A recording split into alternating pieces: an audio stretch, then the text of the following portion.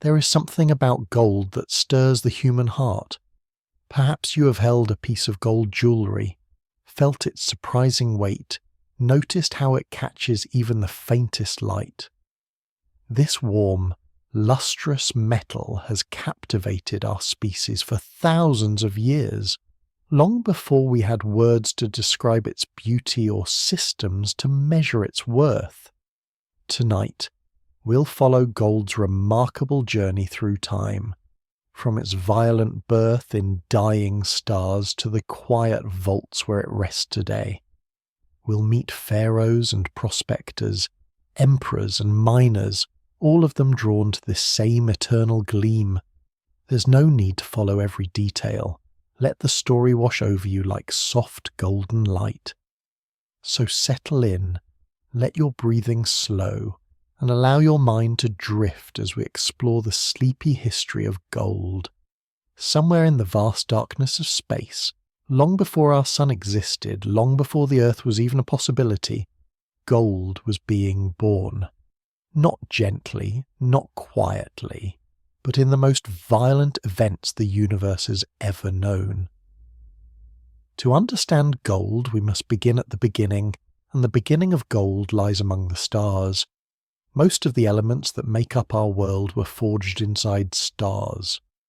Hydrogen and helium, the lightest elements, have existed since shortly after the Big Bang, roughly 14 billion years ago. But heavier elements, things like carbon and oxygen and iron, these were cooked inside the cores of massive stars over millions of years, created through the process of nuclear fusion. Yet gold is different. Gold is special. It is so heavy, its atoms so complex, that ordinary stellar fusion cannot create it. To forge gold, you need something more extreme. You need a catastrophe. For most of the 20th century, scientists believed that gold was created in supernova explosions, those tremendous blasts that occur when massive stars exhaust their fuel and collapse upon themselves.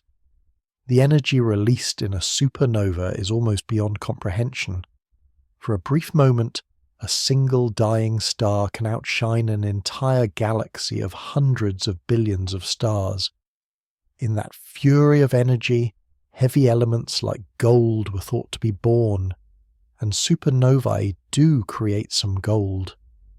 But in recent decades, astronomers have discovered an even more prolific source. When two neutron stars collide, they produce gold in quantities that dwarf what supernovae can manage.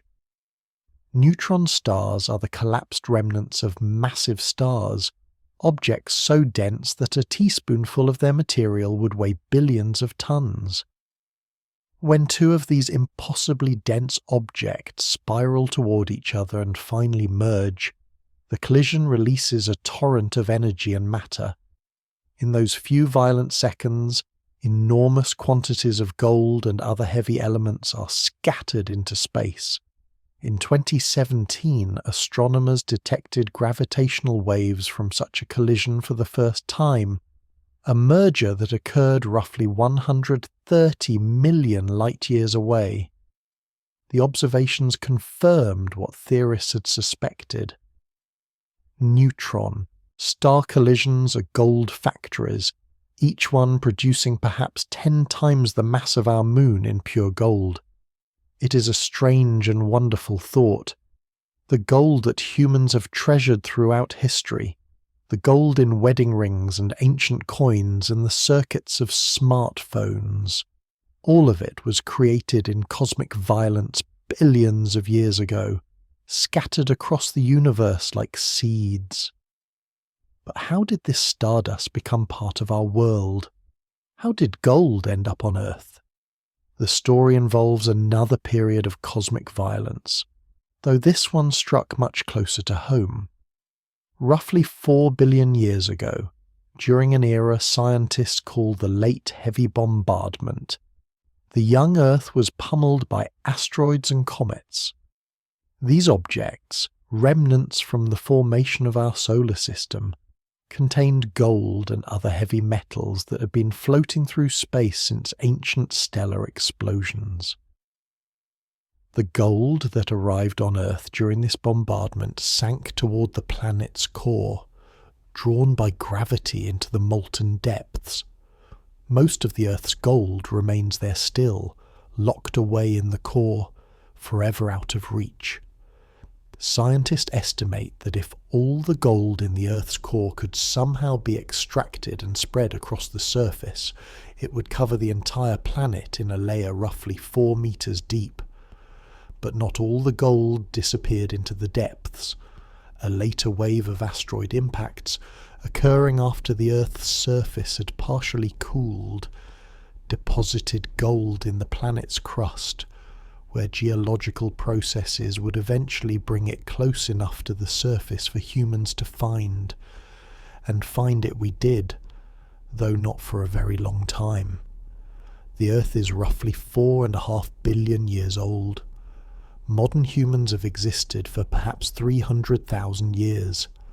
Our ancestors' first encounter with gold probably occurred somewhere between 100,000 and 40,000 years ago, though we can only guess at the circumstances. Imagine an early human walking along a stream bed in what is now Africa or perhaps the Middle East. The water is clear and cool, and there, among the ordinary stones, something catches the eye.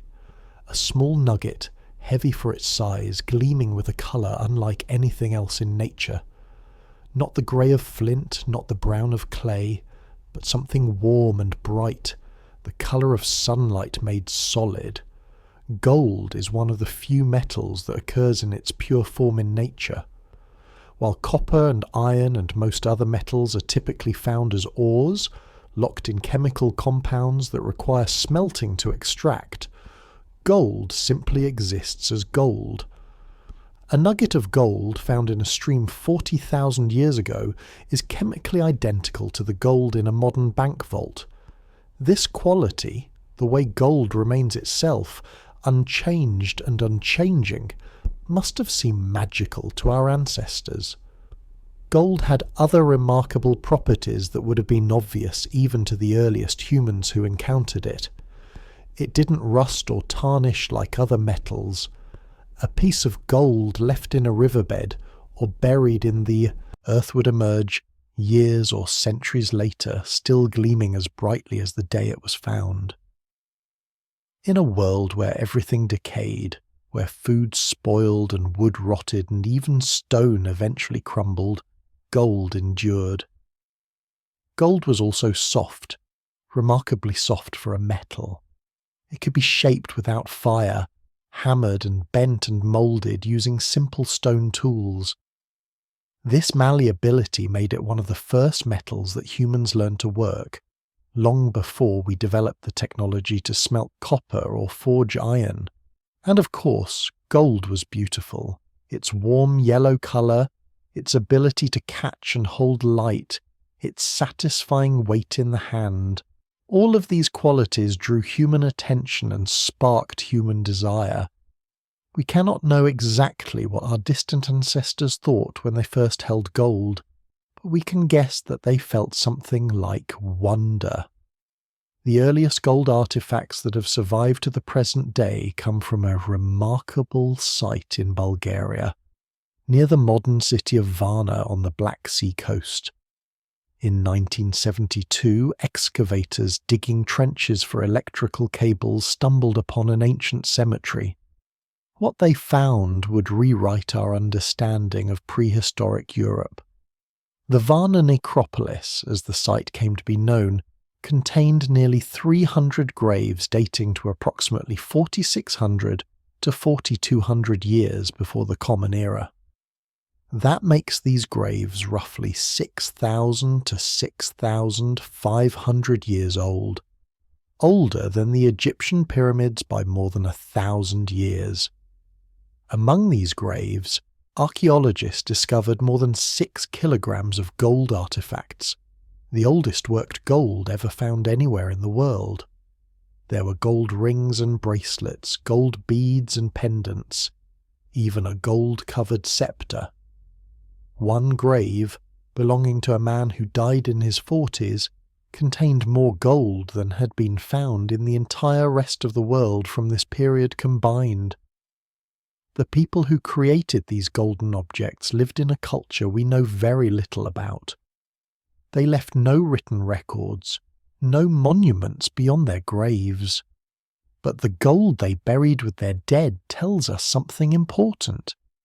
Already, more than 6,000 years ago, gold had become a symbol of power and prestige. It was precious enough to be buried with the dead, valuable enough to mark status and hierarchy even in the afterlife. Around the same time, or perhaps slightly later, people in other parts of the world were also discovering gold's allure. At Nahal Kana Cave in what is now Israel, archaeologists found gold rings dating to roughly 4,500 years before the Common Era. In the Caucasus region, between the Black Sea and the Caspian Sea, early cultures were crafting gold ornaments by the 4th millennium before the Common Era. These scattered finds suggest that wherever humans encountered gold, they were drawn to it. There was no single discovery, no one culture that invented gold's value. Instead, gold seems to have captivated human beings independently, in different places and at different times, as if something in our nature responds to this metal's particular gleam. Why should this be? What is it about gold that speaks to the human soul? Some scientists suggest that our attraction to gold may be partly biological. The colour yellow is associated with ripeness in fruit, with the warmth of sunlight, with the life-giving energy of fire. Our brains may be wired to pay attention to yellow things, and gold's particular warm shade may trigger these deep associations. Others point to gold's practical qualities, its durability and malleability, as the source of its value. In a world without banks or currency, gold was something you could trust. It wouldn't rot or rust. It could be divided into smaller pieces or combined into larger ones. It was portable wealth in a form that retained its value across time. And then there is the simple mystery of beauty. Gold is beautiful. It catches light in a way that seems almost alive. When you hold gold, it warms quickly to the temperature of your skin, as if it belongs in human hands. Perhaps some things need no explanation beyond themselves. Gold is beautiful, and humans love beautiful things. Whatever the reason, by roughly 5,000 years ago, gold had established itself as something precious across much of the world. In the valleys of Mesopotamia, in the hills of Anatolia, along the Nile River in Egypt, people were mining gold, trading gold, shaping gold into objects of beauty and symbols of power. The age of gold had begun, and in the ancient civilizations that were now emerging, gold would take on meanings far beyond mere ornament. It would become the flesh of gods, the foundation of empires, and eventually the basis of money itself. But those chapters of the story lie ahead of us. For now, let us simply rest with the wonder of gold's origins, this metal born in dying stars, carried to Earth on ancient asteroids, discovered by our ancestors in streams and outcrops, treasured from the very beginning of human civilization. There is something comforting in gold's permanence, in knowing that the same atoms that dazzled prehistoric eyes still gleam in museum cases and jewellery stores today. Gold endures. And in its endurance, there is a kind of peace.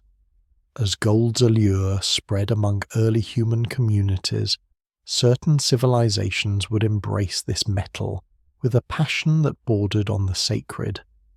Nowhere was this truer than in ancient Egypt, where gold became intertwined with religion, power, and the promise of eternal life.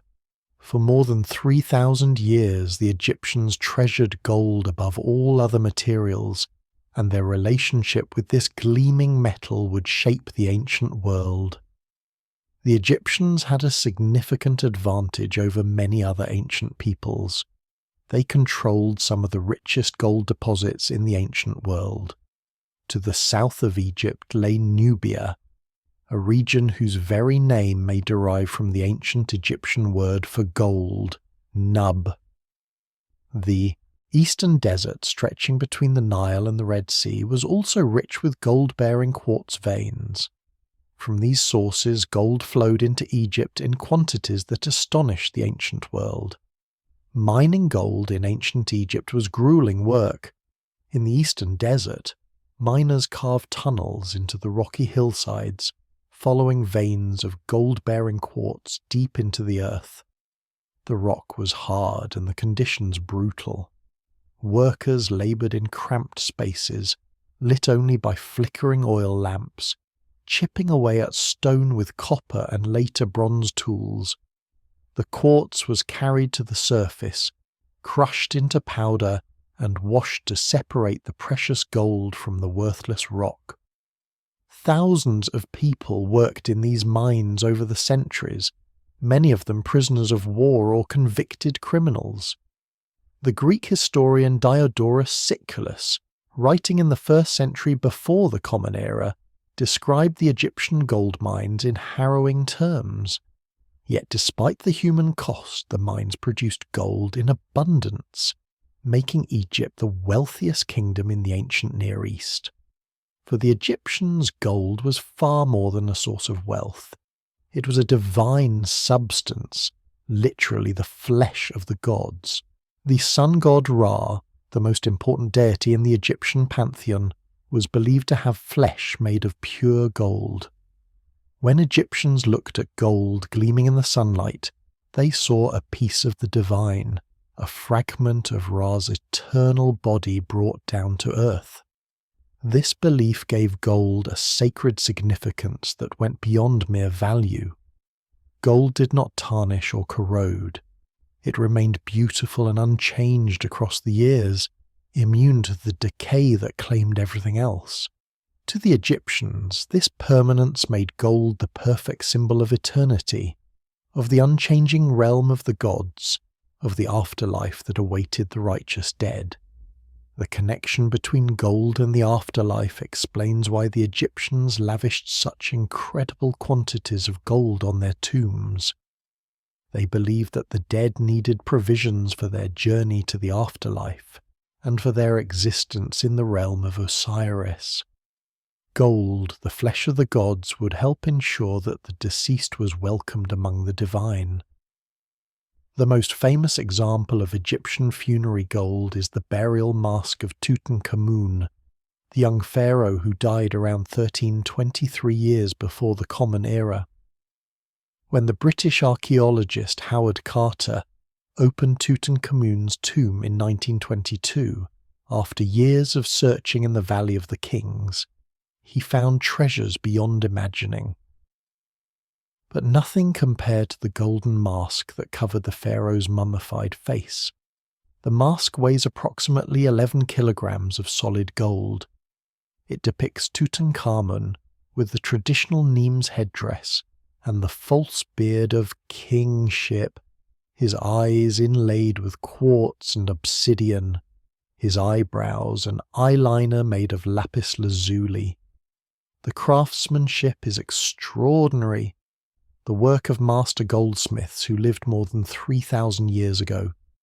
When Carter first saw the mask lit by the flickering light of his candle, he was struck speechless.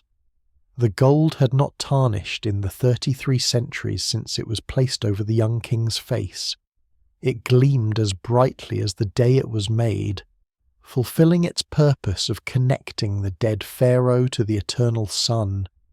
Tutankhamun was a relatively minor pharaoh who died young and ruled during a troubled period of Egyptian history. If his tomb contained such wealth, we can only imagine what treasures must have filled the tombs of greater rulers like Rameses the Great, or the pyramid-building pharaohs of the Old Kingdom. Almost all of those tombs were robbed in antiquity, their gold melted down and lost to history. Tutankhamun's tomb survived only because it was buried beneath the debris from later construction, hidden and forgotten until Carter's discovery. Gold was not only for the dead in ancient Egypt. The living pharaoh, believed to be a god in human form, surrounded himself with gold as a sign of his divine nature. Thrones, jewellery, ceremonial objects, even the tips of obelisks were covered in gold or made from solid gold. Foreign visitors to the Egyptian court were dazzled by the display of wealth, and Egyptian gold became famous throughout the ancient world. We have remarkable evidence of this fame in the Amarna letters, a collection of diplomatic correspondence discovered in 1887 at the site of ancient Akhetaten, the capital built by the pharaoh Akhenaten. These clay tablets, written in Akkadian cuneiform, preserve messages exchanged between Egyptian pharaohs and the rulers of other great powers in the 14th century before the Common Era. Again and again in these letters, foreign kings ask for gold. The king of Babylon writes to the pharaoh complaining that a previous shipment of gold was insufficient. The king of Mitanni, a powerful kingdom in northern Mesopotamia, requests gold for his daughter's dowry. The message is clear. Everyone wanted Egyptian gold, and Egypt's control of this precious metal gave its rulers enormous diplomatic leverage. One letter from the Babylonian king Kadashman-Enlil contains a memorable complaint. He writes that he has sent beautiful horses and chariots to Egypt, but the gold he received in return was disappointing. "Gold in your country is dirt," he writes, meaning that gold is so abundant in Egypt that it might as well be as common as dust. One simply gathers it up. Whether this was true or merely flattering exaggeration, it captures the ancient world's perception of Egypt as the land of gold. While Egypt dominated gold production in the ancient Near East, other civilizations also treasured this metal and developed their own traditions of gold working. In Mesopotamia, the land between the Tigris and Euphrates rivers, gold was scarce but highly prized. Mesopotamian craftsmen imported gold from distant sources and fashioned it into exquisite jewellery and ceremonial objects. The royal tombs of Ur, excavated in the 1920s by the British archaeologist Leonard Woolley, revealed stunning gold artefacts from around 2,500 years before the Common Era. Among the finds were golden headdresses, golden daggers, and a golden helmet that may have belonged to a king. The craftsmanship rivaled anything produced in Egypt, though the Mesopotamians had far less gold to work with. To the west, the Greeks developed their own deep relationship with gold, one that would produce some of antiquity's most famous stories. The Greeks did not have abundant gold sources of their own, but they traded for gold and treasured it highly.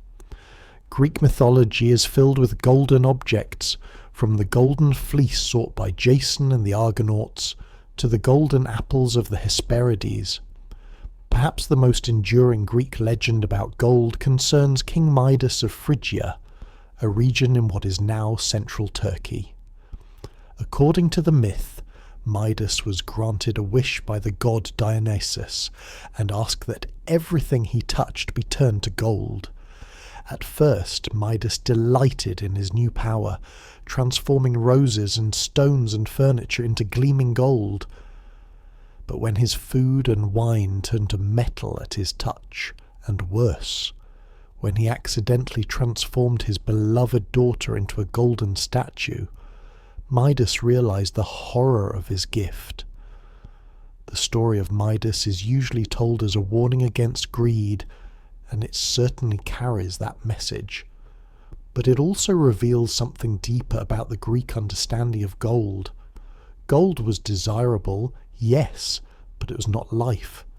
It was cold and unchanging, beautiful but sterile. The Greeks, for all their love of gold, recognized that there were things more precious than wealth. If Midas represents the legendary side of Greek attitudes toward gold, then Croesus represents the historical reality. Croesus was the king of Lydia, a kingdom in western Anatolia, and he ruled from approximately 560 to 546 years before the Common Era.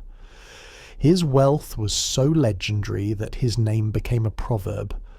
To this day, we describe someone of vast wealth as rich as Croesus. Croesus owed his fortune to geography. The rivers of Lydia, particularly the Pactolus River, carried gold dust washed down from the mountains. The Lydians learned to collect this gold and refine it, becoming master goldsmiths and, as we shall see in the next part of our story, the inventors of gold coinage. Croesus used his wealth to build alliances and expand his kingdom, but his story ends in defeat. In 546, before the Common Era, Croesus went to war against the rising Persian Empire and lost. According to the Greek historian Herodotus, Croesus consulted the famous oracle at Delphi before attacking the Persians, and was told that if he crossed the river Halys, he would destroy a great empire. Croesus assumed this meant the Persian Empire. In fact, it was his own kingdom that fell. The Persian Empire that conquered Lydia would become the largest empire the world had yet seen, and gold played an important role in its administration. The Persian kings controlled gold sources from Anatolia to Central Asia, and used gold to project their power across their vast domains. The Persians minted a standardized gold coin called the daric, named after King Darius I, who ruled from 522 to 486 before the Common Era. Each daric weighed approximately 8.4 grams and bore the image of the king as an archer. These coins circulated throughout the Persian Empire and beyond, facilitating trade across vast distances. The Oxus treasure, discovered in the 19th century near the border of modern Afghanistan and Tajikistan, provides a glimpse of Persian gold at its finest. This collection of gold and silver artifacts, now housed in the British Museum, includes gold armlets, gold plaques, and a golden model chariot. The craftsmanship reflects influences from across the ancient world, from Greek artistic traditions to the styles of the Central Asian steppes. Far to the east, other civilizations were developing their own relationships with gold.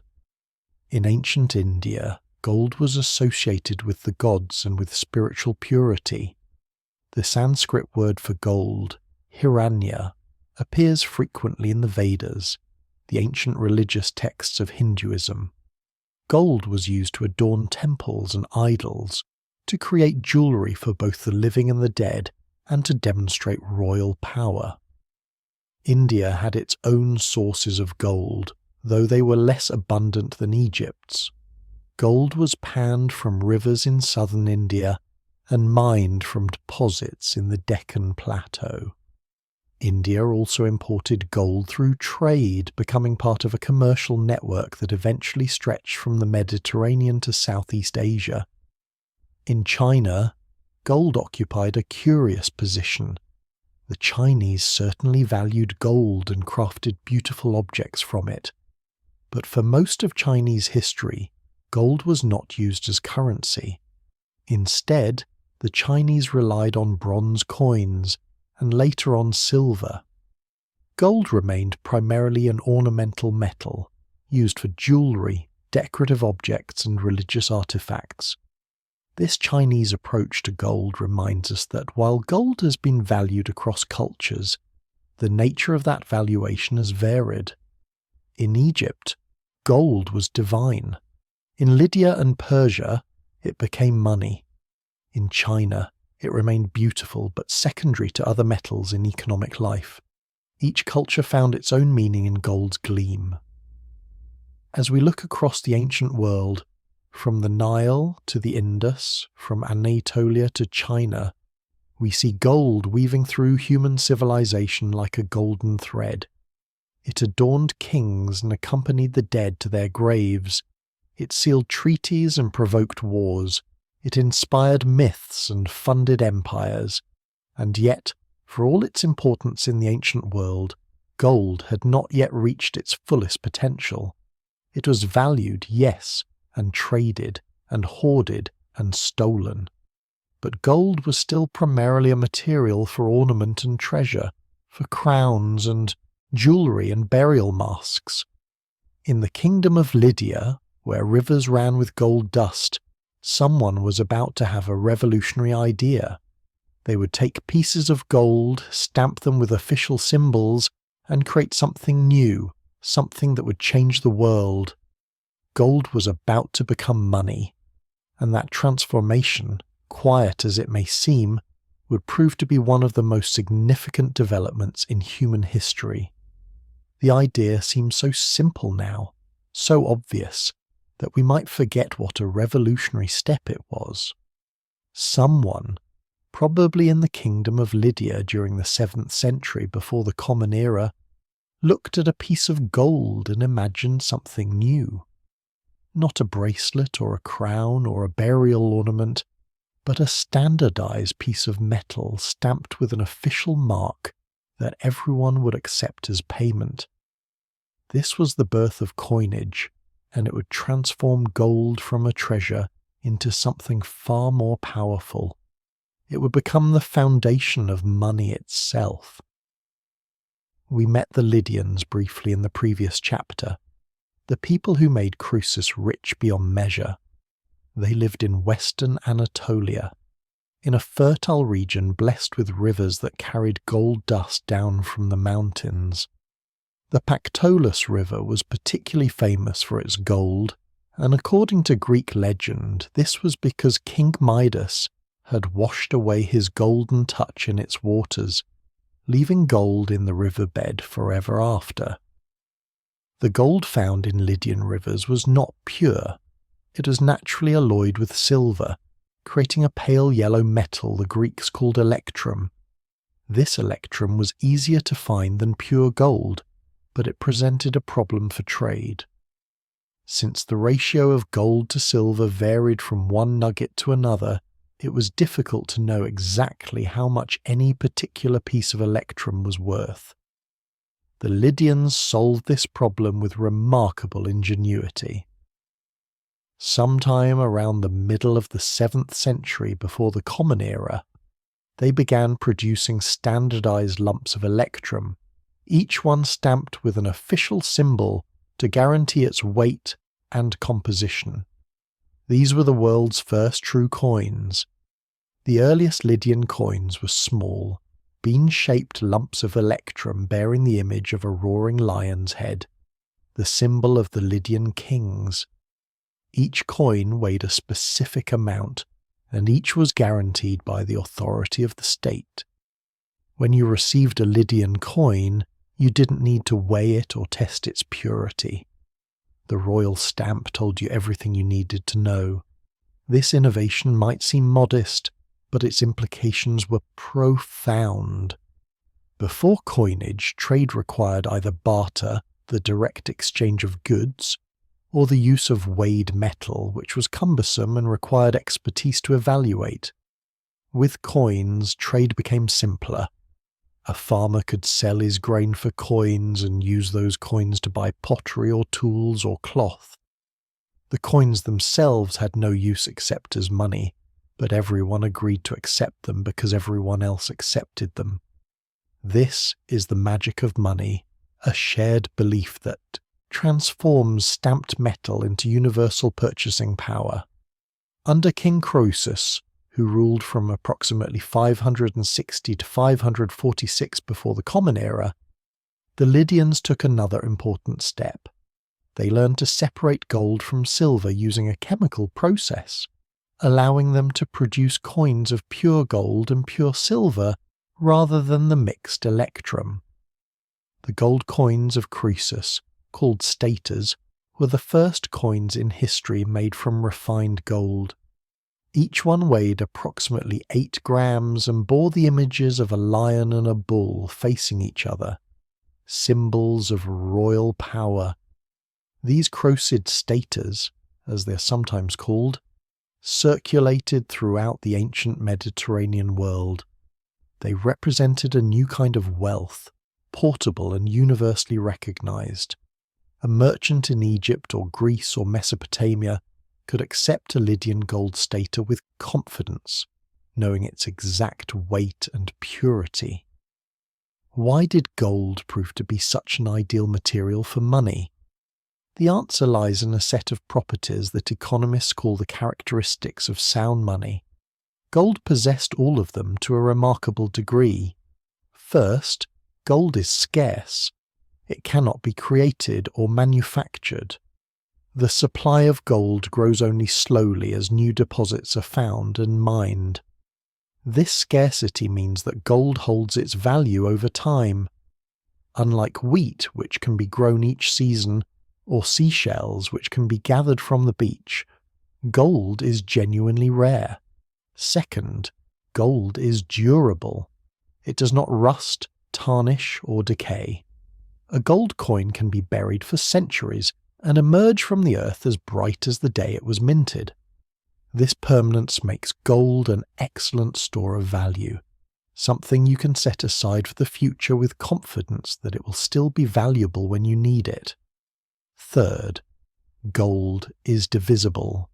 It can be melted and recast into pieces of any size, from tiny fractions to heavy bars.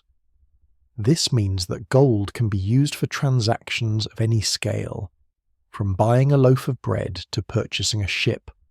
Fourth, gold is portable. A significant amount of wealth can be carried in a small space. A handful of gold coins might represent the value of a year's labour, compact enough to fit in a purse or a belt pouch.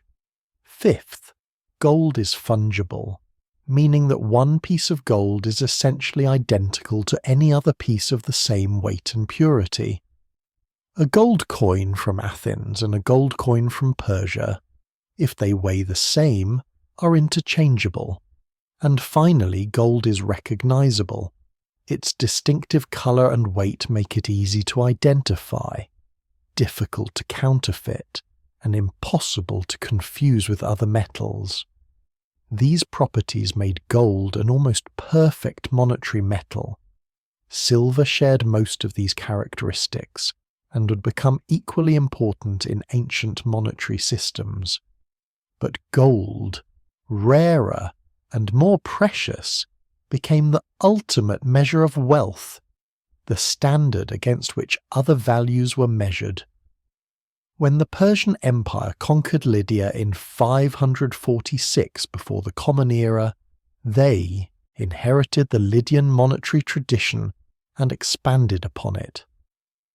King Darius I, who ruled from 522 to 486 before the Common Era, introduced a standardized gold coin called the daric. This coin bore the image of the king himself, shown as an archer or running warrior, and weighed approximately 8.4 grams of pure gold. The daric circulated throughout the vast Persian Empire from Egypt to India, and became one of the ancient world's most trusted currencies. The Greeks, who often fought against Persia, nonetheless accepted Persian darics in trade. Gold, it seemed, transcended political boundaries. It was valuable regardless of whose image it bore. The Greeks themselves developed sophisticated monetary systems, though they relied more heavily on silver than on gold.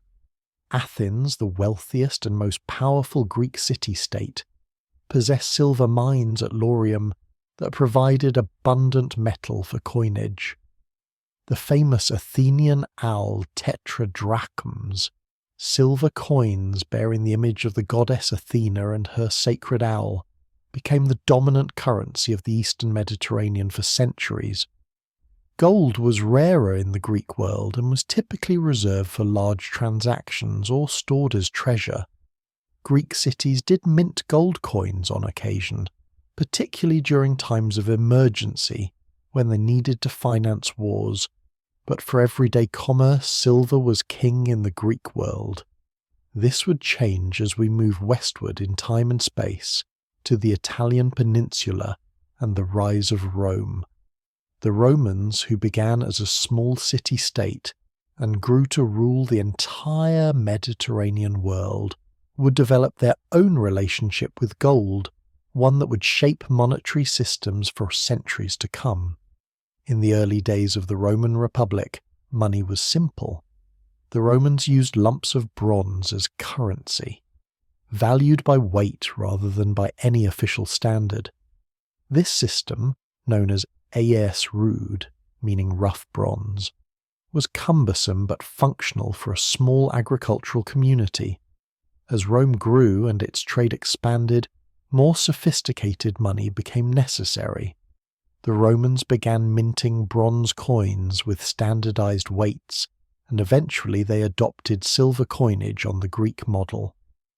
The denarius, a small silver coin introduced around 211 before the Common Era, became the backbone of Roman currency for nearly 500 years. But silver alone could not meet the needs of an expanding empire. As Rome conquered more territory and engaged in larger-scale trade, gold became increasingly important. The Romans minted gold coins sporadically during the Republic, often to pay soldiers during military campaigns.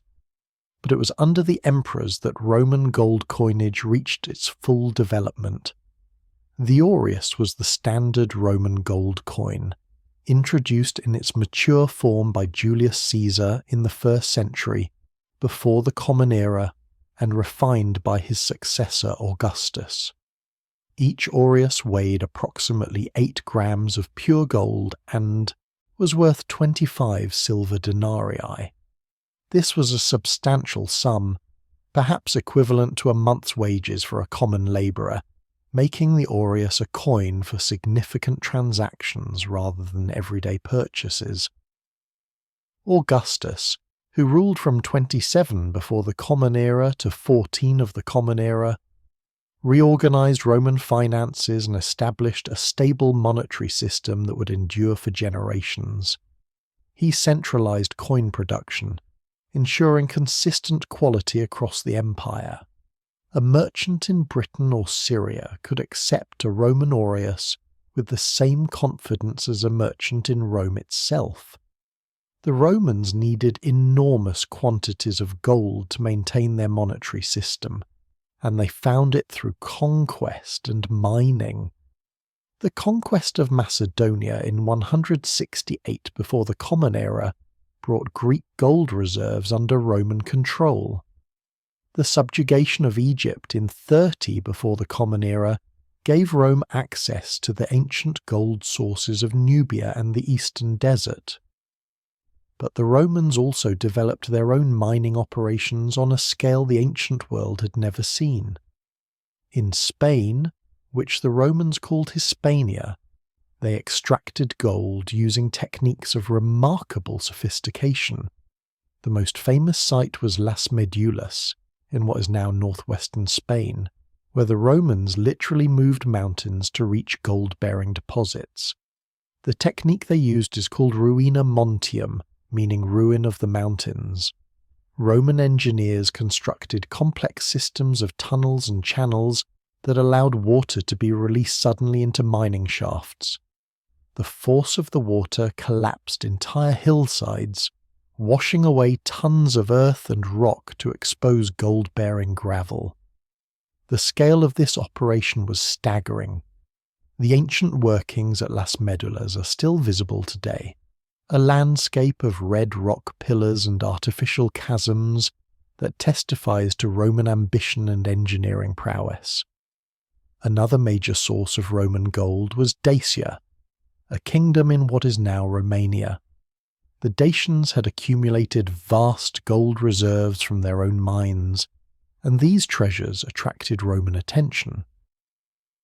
In 101 to 106 of the Common Era, the Emperor Trajan launched 2 military campaigns against Dacia, ultimately conquering the kingdom and seizing its gold. The Dacian conquest brought an enormous quantity of gold to Rome. Ancient sources suggest that Trajan captured over 200,000 kilograms of gold and twice that amount of silver. While these figures may be exaggerated, the Dacian gold certainly funded ambitious building projects in Rome, including Trajan's famous Forum and Market complex. For roughly 2 centuries, from the time of Augustus to the late 2nd century of the Common Era, Roman gold and silver coinage maintained remarkable stability. The aureus and the denarius held their weight and purity, facilitating trade across 3 continents. A common monetary system helped bind together an empire that stretched from Britain to Mesopotamia, from the Rhine to the Sahara. But this stability would not last forever. As the empire faced increasing military and economic pressures in the 3rd century, emperors began to reduce the precious metal content of their coins, a process called debasement. The silver denarius was gradually debased until it contained almost no silver at all. The gold aureus maintained its purity longer, but was eventually replaced by a lighter coin. Debasement is a form of hidden taxation. When a government reduces the precious metal content of its coins while maintaining their face value, it can produce more coins from the same amount of metal, effectively creating money from nothing. But people eventually notice that their coins are worth less, and prices rise to compensate. The result is inflation, the gradual erosion of money's purchasing power. The Roman experience with debasement would be repeated many times throughout history.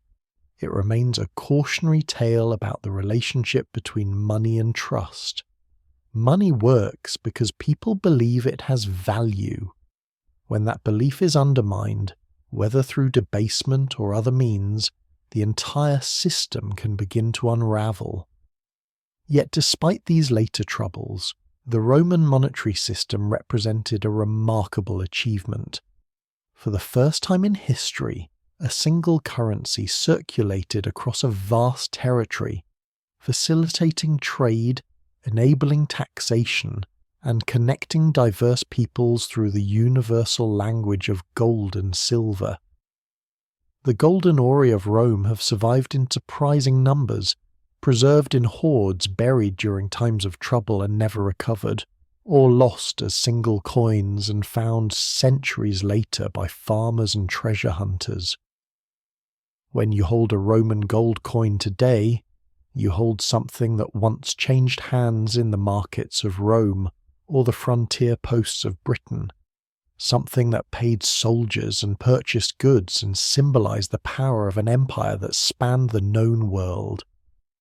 Gold had made the journey from cosmic fire to earthly treasure to divine symbol, and now to something new again.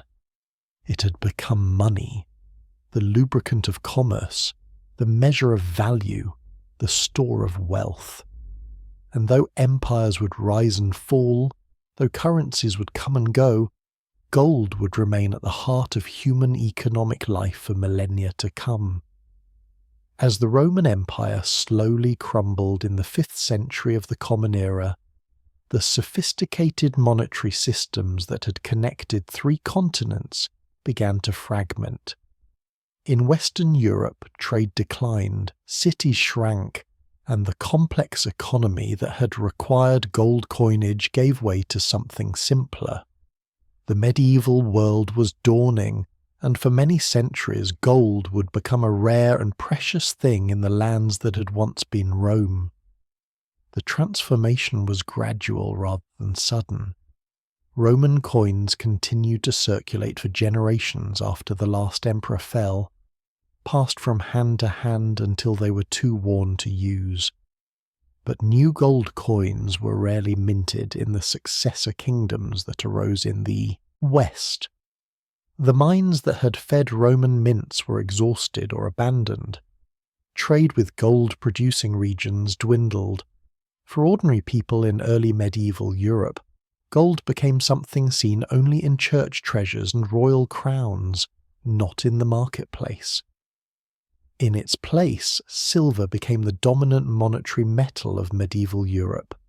Charlemagne, the Frankish king who united much of Western Europe and was crowned emperor in the year 800, established a monetary system based entirely on silver. His silver penny, called the denarius or denier, became the standard coin of Western Europe for centuries.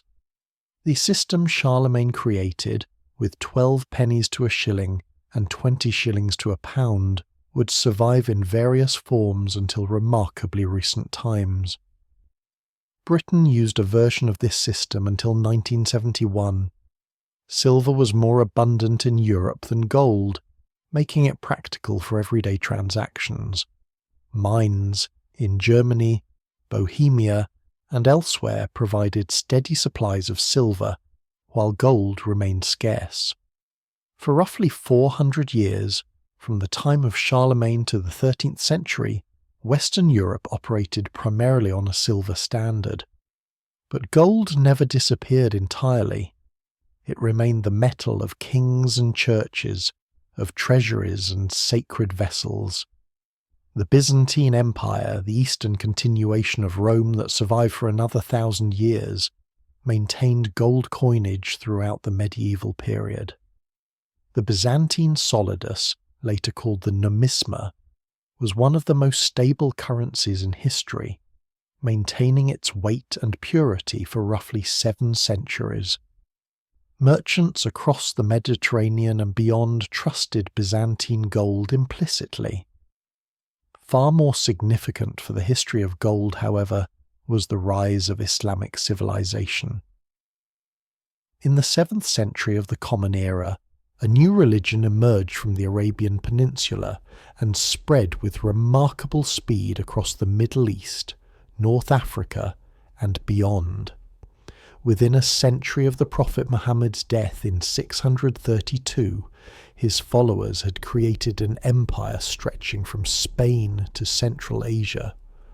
The Islamic world developed sophisticated financial systems that would influence commerce for centuries, and at the heart of Islamic monetary practice was gold. The Islamic gold coin was called the dinar, a name derived from the Roman denarius, though the Islamic dinar was made of gold rather than silver. The first Islamic dinars were minted in the reign of Caliph Abd al-Malik, around 696 to 697 of the Common Era. These coins bore no images, in keeping with Islamic tradition, but instead carried Arabic inscriptions proclaiming the faith. The Islamic dinar became one of the great currencies of the medieval world, trusted across vast distances because of its consistent weight and purity. Each dinar contained approximately 4.25 grams of gold, and this standard was maintained with remarkable consistency across the Islamic world. A merchant in Baghdad could accept a dinar minted in Cordoba with complete confidence. The Islamic world's appetite for gold was enormous, and much of it came from a surprising source. Across the vast expanse of the Sahara Desert, in the lands south of the Great Sand Sea, lay some of the richest gold deposits in the world. The empires of West Africa, places whose names were barely known in medieval Europe, would become the primary suppliers of gold to the Islamic world and through it to the entire Mediterranean economy. The Ghana Empire, which flourished from roughly the 4th to the 13th century of the Common Era, controlled key gold-producing regions in what is now Senegal, Mali, and Mauritania. Despite its name, the ancient Ghana Empire was located far to the northwest of the modern nation of Ghana. Its capital, Kumbi-Saleh, was one of the largest cities in the world during its peak, a prosperous trading centre where gold was exchanged for salt, cloth, and other goods from the north. The gold of Ghana came from alluvial deposits, washed down from the hills by rivers over countless millennia. Local miners collected gold dust and nuggets using simple techniques, panning in streams and digging shallow pits. The gold was then traded northward across the Sahara in one of the most remarkable commercial enterprises of the medieval world. The trans-Saharan trade routes stretched for thousands of miles across some of the most inhospitable terrain on Earth. Camel caravans, sometimes comprising thousands of animals, carried gold northward to the markets of North Africa and the Mediterranean. In exchange, they brought southward something equally precious to the people of the Sahel: salt. Salt was essential for human survival, particularly in hot climates where people lose salt through perspiration. The Sahara contained enormous deposits of rock salt, particularly at places like Taghaza, where salt was so abundant it was used as a building material.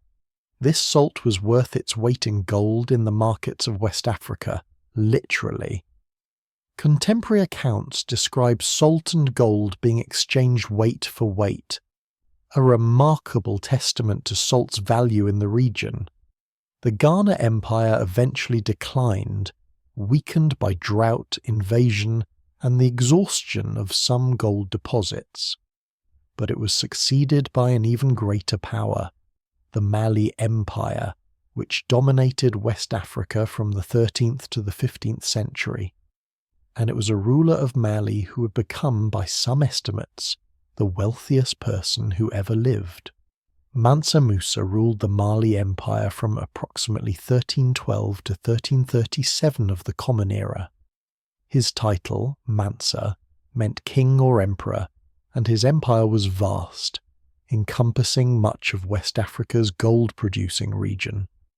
But Mansa Musa became famous beyond Africa for a single event: his pilgrimage to Mecca in 1324. As a devout Muslim, Mansa Musa was obligated to perform the Hajj, the pilgrimage to Mecca that every able Muslim should undertake at least once in their lifetime. But Mansa Musa did not travel modestly. He set out with a caravan that, according to contemporary accounts, included 60,000 men, 12,000 slaves each carrying 4 pounds of gold, and 80 camels each bearing 300 pounds of gold dust. The numbers may be exaggerated, as medieval chroniclers were prone to do, but the core of the story is well attested. Mansa Musa travelled across North Africa, distributing gold with extraordinary generosity. In Cairo, the major city on his route, he gave away so much gold that he inadvertently crashed the local economy. The sudden influx of gold caused prices to rise sharply, and the value of gold itself declined. It took years for Cairo's economy to recover from Mansa Musa's generosity. This story, remarkable as it is, tells us something important about medieval economics. Gold's value depended on its scarcity. When Mansa Musa flooded a local economy with gold, that gold became temporarily less valuable, and prices for everything else rose accordingly. This is one of the earliest well-documented examples of inflation caused by an increase in the money supply. News of Mansa Musa's wealth spread across the Mediterranean world. European mapmakers began including Mali on their charts, often depicting Mansa Musa himself holding a golden orb or scepter. The famous Catalan atlas of 1375 shows him seated on a throne, a golden nugget in his hand. For medieval Europeans, Africa was increasingly becoming synonymous with gold. Meanwhile, Europe itself was experiencing a revival of gold coinage. In 1252, the Italian city of Florence began minting a gold coin called the florin. This beautiful coin, featuring a lily on one side and St. John the Baptist on the other, weighed approximately 3.5 grams of pure gold. Its consistent quality made it trusted across Europe and beyond, and it became the standard gold coin of international trade. Venice followed with its own gold coin, the ducat, in 1284. The Venetian ducat, showing the Doge kneeling before St. Mark, was almost identical in weight and purity to the Florentine florin. These two coins circulated side by side as the premier gold currencies of late medieval Europe, facilitating the revival of long-distance trade and the growth of banking. The return of gold coinage to Europe reflected deeper economic changes. Trade was expanding, cities were growing, and the economy was becoming more complex. Silver pennies were too small for large transactions, too cumbersome to carry in quantity. Gold, with its higher value per weight, was simply more practical for merchants dealing in significant sums. But where was this gold coming from? European mines produced relatively little gold. The answer, increasingly, was Africa. Italian merchants in North Africa traded for gold that had crossed the Sahara from Mali and other West African sources. This gold flowed into Europe, where it was minted into florins and ducats and distributed across the continent. Yet the supply was never quite enough. European demand for gold seemed insatiable, and the African sources, though rich, were distant and difficult to access. European merchants dreamed of finding a direct route to the gold of Africa, bypassing the Islamic middlemen who controlled the trans-Saharan trade. This dream was one of the driving forces behind the great European voyages of exploration that began in the 15th century. Portuguese navigators, sponsored by Prince Henry the Navigator, began sailing down the west coast of Africa, seeking a sea route to the gold-producing regions. In 1471, the Portuguese reached the coast of what is now Ghana, a region so rich in gold that they named it the Gold Coast. They built a fortress called Elmina, meaning the mine, and began trading directly for African gold. But the Portuguese discoveries were soon overshadowed by an even more momentous event. In 1492, Christopher Columbus, sailing under the Spanish flag, reached the Caribbean islands. He was searching for a westward route to Asia, but what he found was something entirely unexpected. A new world, unknown to Europeans, rich beyond imagination in gold and silver. The Spanish conquest that followed would transform the global economy. In 1519 to 1521, Hernán Cortés led a small force that conquered the Aztec Empire in Mexico. The Aztecs possessed significant quantities of gold, worked into beautiful ornaments and religious objects. The Spanish melted most of these treasures down and shipped the gold back to Spain. Even more significant was the conquest of the Inca Empire in Peru by Francisco Pizarro, beginning in 1532. The Incas controlled a vast empire along the western coast of South America, and they had accumulated enormous quantities of gold and silver. When Pizarro captured the Inca Emperor Atahualpa, he demanded a ransom, a room filled with gold and 2 rooms filled with silver. The Incas, hoping to save their emperor, gathered treasure from across their empire. They filled the room with gold, and then Pizarro executed Atahualpa anyway. The gold and silver that flowed from the Americas to Spain was staggering in quantity. Between 1500 and 1600, Spanish ships carried approximately 150 tons of gold across the Atlantic. But silver was even more abundant. The discovery of the silver mines at Potosi in modern Bolivia in 1545 opened a source of silver so rich that it would supply the world for centuries. This flood of precious metal transformed the European economy. Prices rose steadily throughout the 16th century, a phenomenon historians call the price revolution. The sudden increase in the money supply, much of it spent by the Spanish crown on wars and luxury goods, caused inflation that affected the entire continent. Spain, paradoxically, did not benefit as much as one might expect from its American treasure.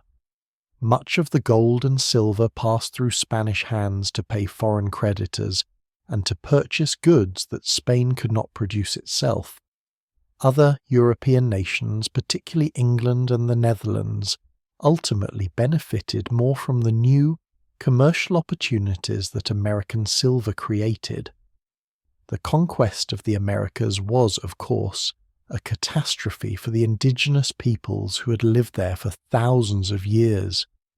Disease, violence, and forced labor killed millions. The wealth that flowed to Europe was extracted at a terrible human cost, a reality that no appreciation of gold's history should ignore. But for the history of gold itself, the European discovery of the Americas marked a new chapter.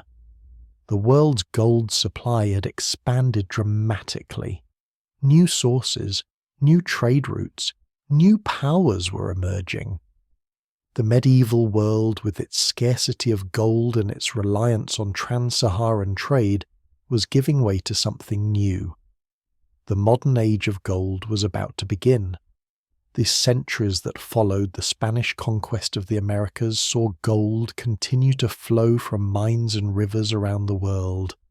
But the pace of discovery was gradual, the gold extracted through steady labour rather than sudden fortune. Then, in the middle of the 19th century, everything changed. A series of remarkable discoveries would unleash waves of migration, transform entire continents, and capture the imagination of the world. The great gold rushes had begun. The story begins on a cold January morning in 1848, in the foothills of California's Sierra Nevada mountains. James Marshall was a carpenter from New Jersey, employed by a Swiss immigrant named John Sutter to build a sawmill on the American River near the small settlement of Coloma. The mill needed a channel to carry water, and Marshall was inspecting this channel when something caught his eye. There, glinting in the shallow water, lay small flakes of yellow metal. Marshall picked them up, examined them, and felt their surprising weight. He had worked with metals before and knew this was not pyrite, the worthless fool's gold that had deceived many hopeful prospectors. This was the real thing. On January 24th, 1848, James Marshall had discovered gold in California. Marshall rushed to show his find to Sutter, who tried to keep the discovery secret. Sutter understood that a gold rush would bring chaos to his carefully built agricultural empire. But secrets of this magnitude cannot be kept. Word spread to the nearby settlement of San Francisco, then to the rest of California, then to the world. The response was immediate and overwhelming. Within months, men were abandoning their farms, their shops, their jobs, and heading for the California goldfields. Ships arrived from around the world, carrying fortune seekers from China, Chile, Australia, and Europe.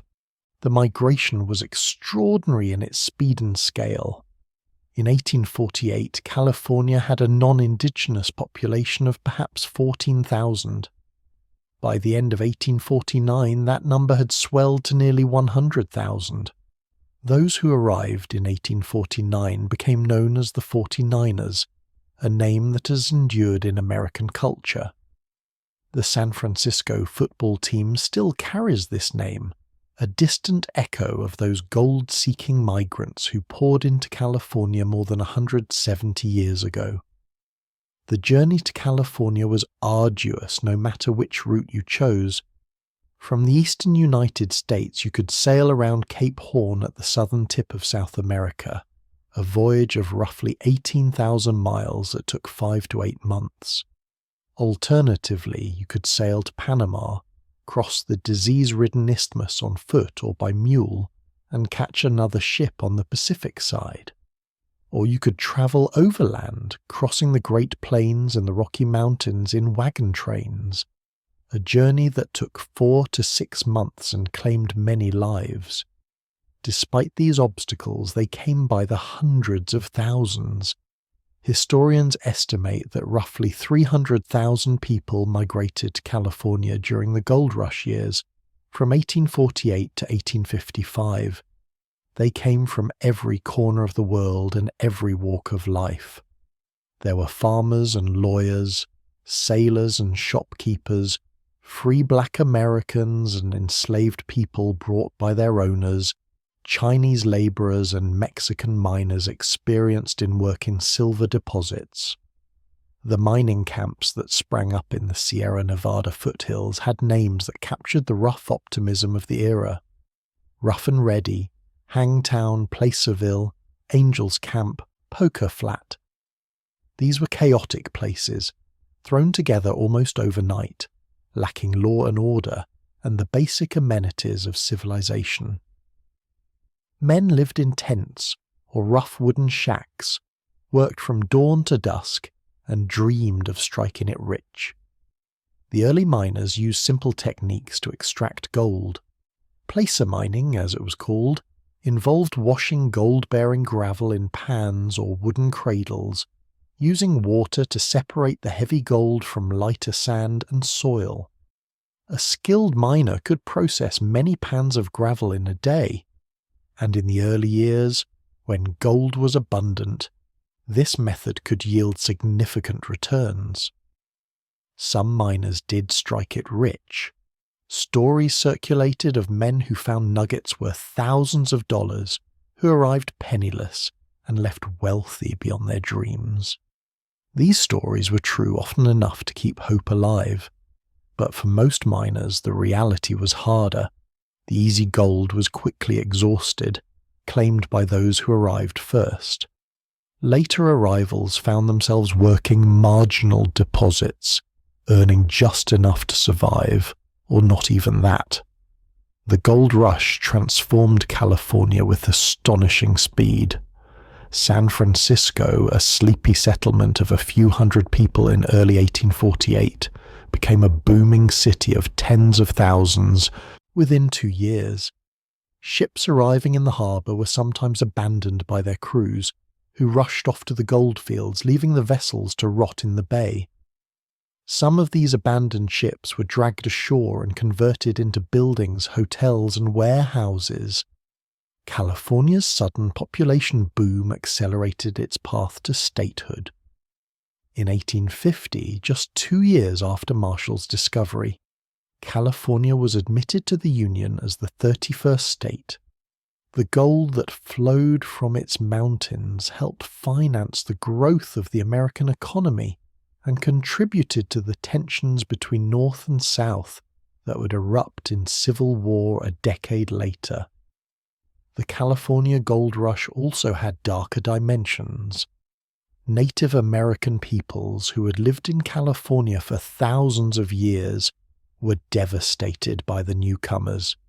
They were driven from their lands, killed in conflicts with miners, and decimated by diseases to which they had no immunity. The indigenous population of California, estimated at perhaps 150,000 before the gold rush, declined catastrophically in the following decades. Chinese immigrants who arrived in large numbers seeking gold faced discrimination and violence. laws were passed specifically to disadvantage Chinese miners, and they were often forced to work claims that white miners had abandoned as unprofitable. Despite these obstacles, many Chinese miners found success, and the Chinese community became a permanent part of California's diverse population. Even as the California gold rush was reaching its peak, news arrived from the other side of the world that would spark another great migration. In 1851, gold was discovered near Bathurst in New South Wales, Australia. Within months, even richer deposits were found at Ballarat and Bendigo in the neighbouring colony of Victoria. Australia had its own gold fever. The Australian gold rushes drew migrants from around the world, including many who had tried their luck in California and were ready for another adventure. The population of Victoria increased fivefold in a single decade, transforming a sleepy pastoral colony into a bustling cosmopolitan society. Melbourne, which had been founded only 16 years earlier, grew from a small town into one of the great cities of the British Empire. The Australian goldfields were remarkably productive. In the peak years of the early 1850s, Australia was producing more gold than any other region in the world. Individual finds could be spectacular. In 1851, a group of miners near Ballarat discovered the welcome stranger nugget, the largest gold nugget ever found, weighing roughly 72 kilograms. Even today, adjusted for inflation, its value would be measured in millions of dollars. As in California, the Australian gold rush brought social transformation. The colony of Victoria, desperate for labour, actively recruited immigrants from around the world. British, Irish, German, Italian, and Chinese migrants arrived in their thousands. The Chinese, as in California, faced significant discrimination, including special taxes and occasional violence. But they persisted, and their communities became a permanent part of Australian society. The wealth generated by Australian gold had lasting effects. It funded the construction of grand public buildings in Melbourne and Sydney, established universities and cultural institutions, and transformed Australia from a collection of struggling colonies into a prosperous and increasingly self-confident nation. The gold rush also fostered a distinctive Australian identity, one that valued hard work, equality of opportunity, and a certain irreverence toward authority. By the 1860s and 70s, the easy gold in both California and Australia was largely exhausted. Individual miners with pans and picks gave way to industrial operations with heavy machinery and deep shafts. The age of the lone prospector was passing, but gold still had one more great surprise in store. In 1886, on a rocky ridge in the interior of South Africa, a prospector named George Harrison stumbled upon something remarkable. He was walking across a farm called Langlaat when he noticed gold-bearing rock outcropping from the surface. Harrison had experience with Australian goldfields and recognised what he was seeing. He had discovered the Witwatersrand, a geological formation that would prove to be the richest gold deposit ever found. The Witwatersrand, often simply called the Rand, was different from the placer deposits of California and Australia. Here, gold was embedded in ancient rock formations buried deep underground. Extracting it would require industrial mining on a massive scale, with deep shafts, heavy machinery, and armies of workers. Within months of Harrison's discovery, prospectors and speculators were flooding into the area. A city sprang up virtually overnight, given the name Johannesburg after Johannes Rissik, a government official who helped survey the town site. Within 10 years, Johannesburg had grown from nothing to a city of over 100,000 people, one of the fastest urban growths in history. The Witwatersrand gold was immensely abundant but difficult to extract. The gold was finely distributed through the rock, requiring sophisticated processing to separate. Fortunately, a new technology called the cyanide process, developed in the 1880s, made it economically feasible to extract gold from low-grade ore. This process, which uses cyanide solution to dissolve gold from crushed rock, remains the foundation of gold mining to this day. Mining the Rand required enormous capital investment, far beyond what individual prospectors could provide. Large mining companies formed to develop the deposits, funded by investors in London, Paris, and other financial centres. Names like De Beers and Anglo-American would become synonymous with South African mining. The wealth generated by these companies made fortunes for their shareholders and transformed South Africa's economy. But the human cost was enormous. The mines required vast quantities of labour, and this labour was drawn primarily from the African population under conditions that were exploitative and often brutal. Miners worked deep underground in dangerous conditions, housed in compounds away from their families, paid minimal wages. The system that developed around the Witwatersrand mines would contribute to the racial segregation that defined South African society for the next century. Despite these grim realities, the Rand's gold production was remarkable. By the early 20th century, South Africa was producing nearly 40% of the world's gold, a dominance it would maintain for decades. The Witwatersrand transformed the global gold market and made Johannesburg one of the most important cities in Africa. Even as the Rand mines were scaling up production, one final great gold rush captured the world's imagination. In 1896, prospectors in Canada's remote Yukon Territory discovered gold on a tributary of the Klondike River. News of the discovery reached the outside world in 1897, and the Klondike Gold Rush began.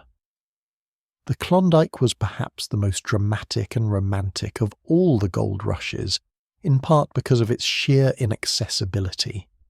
The gold lay in some of the most remote and inhospitable terrain in North America, accessible only through long sea voyages, followed by treacherous overland journeys through mountain passes and frozen rivers. An estimated 100,000 people set out for the Klondike, but fewer than half actually arrived. Those who made it faced brutal conditions. Temperatures in the Yukon winter could drop to 40 or 50 degrees below zero. Supplies were scarce and expensive. Scurvy, frostbite, and starvation claimed many lives. Yet the prospectors kept coming, drawn by dreams of gold and the spirit of adventure. The Klondike produced significant quantities of gold, but relatively few prospectors struck it rich. By the time most arrived, the best claims had already been staked. Many turned around and went home. Others stayed, finding work in the mining camps or the growing town of Dawson City, which briefly became one of the largest cities in Canada before declining as rapidly as it had grown. The great gold rushes of the 19th century transformed the world in ways that extended far beyond the gold itself.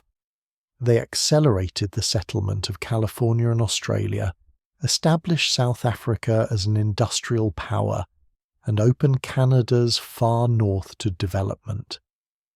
They brought together people from around the world, creating new societies marked by diversity and dynamism. The gold rushes also changed how people thought about opportunity and success. The image of the lone prospector, setting out with nothing but determination and a pan, became a powerful symbol of individual enterprise.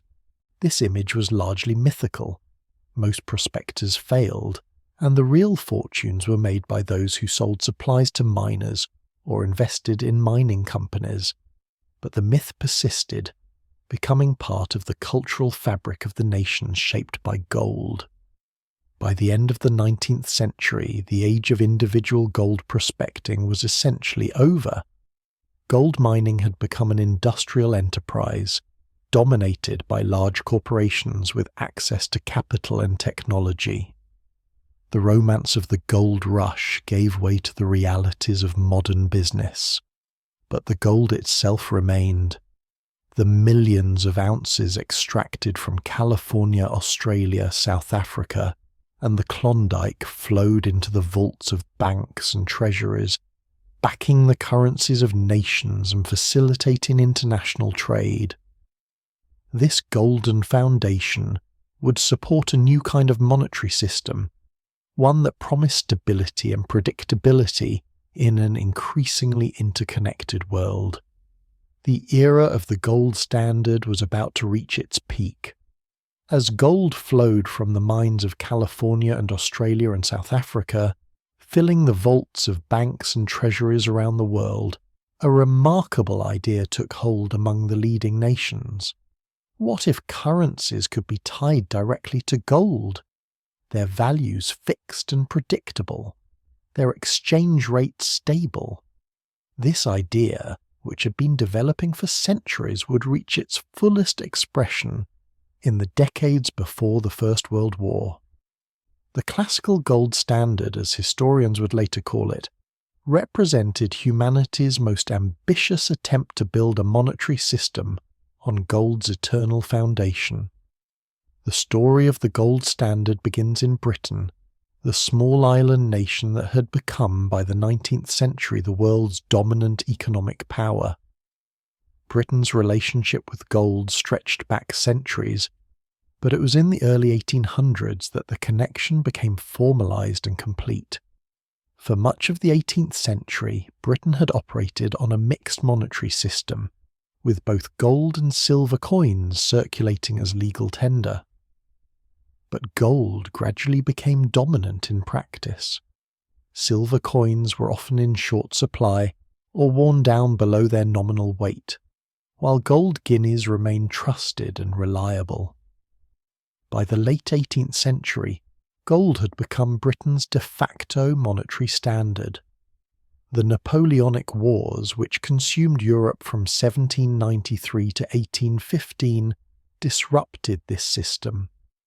Britain suspended the convertibility of banknotes into gold in 1797, a measure intended to preserve gold reserves during the financial strains of wartime. For nearly 2 decades, Britain operated with inconvertible paper money, and prices rose as the money supply expanded beyond what gold reserves would have allowed.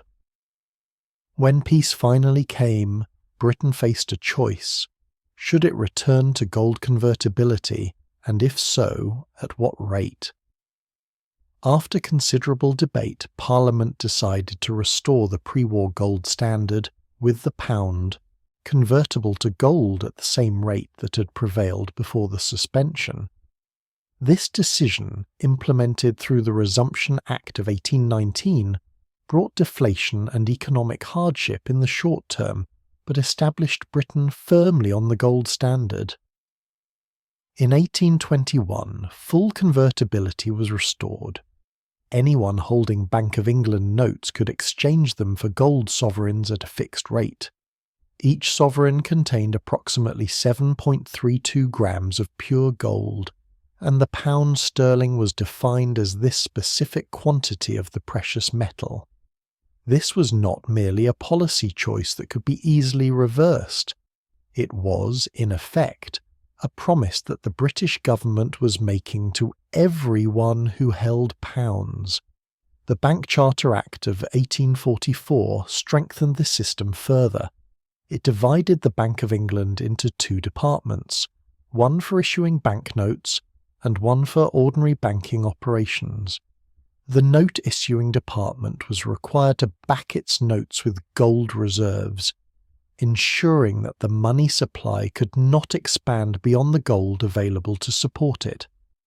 This discipline would be both the gold standard's greatest strength and, in times of crisis, its greatest limitation. Britain's adoption of the gold standard was significant not merely for Britain itself, but for the entire world. By the middle of the 19th century, Britain was the world's leading trading nation, its financial markets the most sophisticated on earth, the pound sterling the currency in which international trade was conducted. When Britain chose gold, it was setting a standard that other nations would feel pressure to follow. And follow they did, though the process took several decades. Germany, unified under Prussian leadership after the Franco-Prussian War of 1870 to 1871, adopted the gold standard in 1871. The war indemnity that France was forced to pay, amounting to 5 billion francs, was largely paid in gold, giving Germany the reserves it needed to establish its new gold-backed currency, the mark. France, despite losing the war, followed Germany onto gold in 1878. The Scandinavian countries formed a monetary union based on gold. The Netherlands, Belgium, Switzerland and others joined the Golden Circle. By the 1880s, most of Europe was on the gold standard. The United States, which had used both gold and silver for most of its history, formally adopted gold as the sole monetary standard with the Gold Standard Act of 1900. This ended decades of political controversy over monetary policy, during which advocates of silver had argued for a bimetallic standard that would increase the money supply and help indebted farmers. The gold standard's victory represented the triumph of sound money principles in American politics, at least for the time being. By the early 20th century, the classical gold standard was a truly global system. Countries, representing the vast majority of world trade, had linked their currencies to gold at fixed rates. This created a network of stable exchange rates that facilitated international commerce and investment on an unprecedented scale. How did the gold standard actually work in practice? The basic principle was simple. Each participating country defined its currency as a specific weight of gold and committed to exchanging its paper money for gold at that rate. The pound was worth a certain amount of gold. The dollar was worth a different amount of gold. The ratio between these gold weights determined the exchange rate between pounds and dollars. If 1 pound was defined as 7.32 grams of gold, and $1 was defined as 1.505 grams of gold, then the exchange rate between them was fixed by simple arithmetic. 1 pound equaled approximately $4.86, and this rate remained stable so long as both countries maintained gold convertibility. This stability was maintained through a mechanism that economists call the price-specie flow mechanism, first described by the Scottish philosopher David Hume in the 18th century. The mechanism worked automatically without requiring government intervention to correct trade imbalances between countries. Imagine that Britain began importing more goods from France than it was exporting. To pay for these imports, gold would flow from Britain to France. As gold left Britain, the British money supply would contract, causing prices to fall. As gold arrived in France, the French money supply would expand, causing prices to rise. British goods would become cheaper relative to French goods, encouraging exports from Britain and discouraging imports. Eventually, trade would balance and gold flows would stabilize. This automatic adjustment mechanism was elegant in theory and worked reasonably well in practice during the classical gold standard era. Trade imbalances were corrected without the need for governments to negotiate or devalue their currencies. The system was, in a sense, self-regulating. The gold standard also created what economists call gold points, the boundaries within which exchange rates could fluctuate. Although exchange rates were fixed in terms of gold, actually shipping gold across borders had costs. Insurance, transport, and handling fees meant that it was only worthwhile to ship gold if the exchange rate deviated significantly from its gold-defined level. These shipping costs created a narrow band within which exchange rates could move freely. At the centre of this global system stood the Bank of England, the most powerful central bank in the world. The bank managed Britain's gold reserves and adjusted its interest rate, called the bank rate, to attract or repel gold flows as needed. When gold was flowing out of Britain, the bank would raise its interest rate, attracting foreign capital, seeking higher returns and stemming the gold outflow. When gold was flowing in, the bank might lower rates.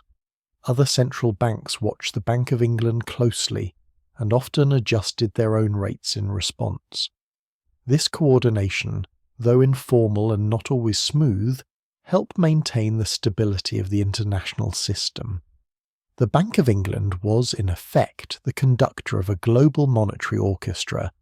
The benefits of the gold standard were substantial. Exchange rate stability reduced the risks of international trade and investment. A British manufacturer could sell goods to a German customer, knowing exactly how many pounds he would receive, without worrying about currency fluctuations. An American investor could buy bonds in Argentina confident that the exchange rate between dollars and pesos would remain stable. This stability encouraged the remarkable expansion of global trade and investment that characterized the late 19th and early 20th centuries. International trade grew rapidly, reaching levels relative to world output that would not be seen again until the late 20th century. Capital flowed across borders in unprecedented quantities, financing railways in the Americas, factories in Europe, and plantations in Asia. The gold standard also provided a discipline on governments that many people valued. Because the money supply was tied to gold reserves, governments could not simply print money to finance their expenditures.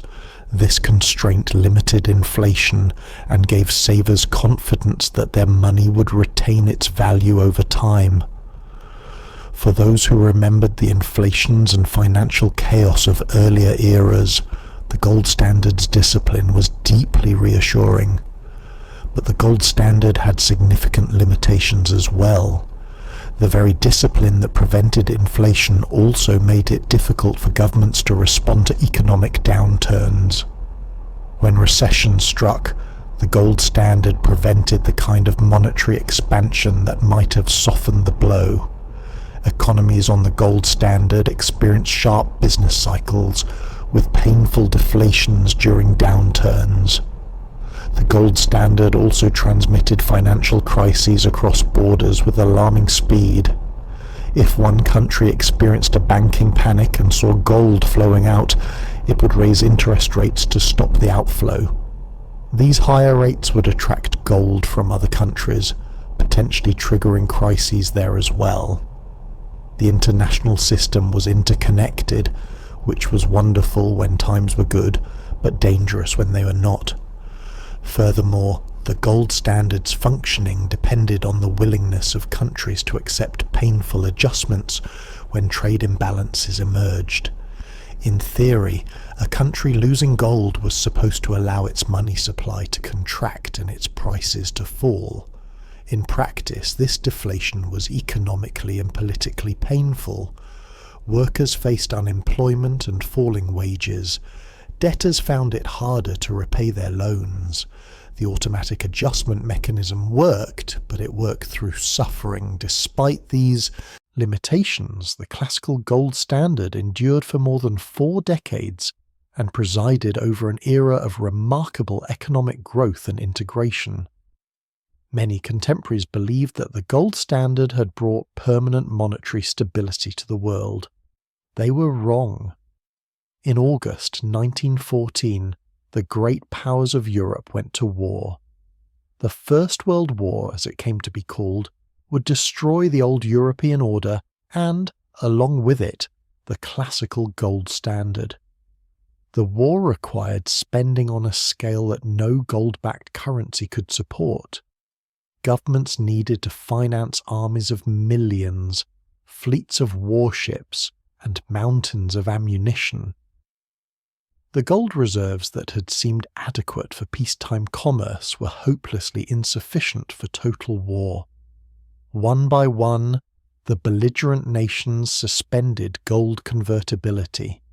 Britain did so almost immediately, though the suspension was technically voluntary rather than legally mandated. Germany, France, Russia, and the other combatants followed. The gold standard, which had seemed so permanent and stable, was swept away in a matter of weeks. Some hoped that the suspension would be temporary, that victory would bring a return to normalcy. But the war dragged on for 4 terrible years, killing millions and consuming the accumulated wealth of centuries. By the time it ended in November 1918, the world had changed beyond recognition. The classical gold standard was dead. Attempts would be made to revive it in the 1920s, but the restored system would prove fragile and short-lived. The world had entered a new era, one of greater monetary instability and government intervention in economic affairs. Yet the gold standard left a lasting legacy. It demonstrated that international monetary cooperation was possible and that stable exchange rates could facilitate trade and investment.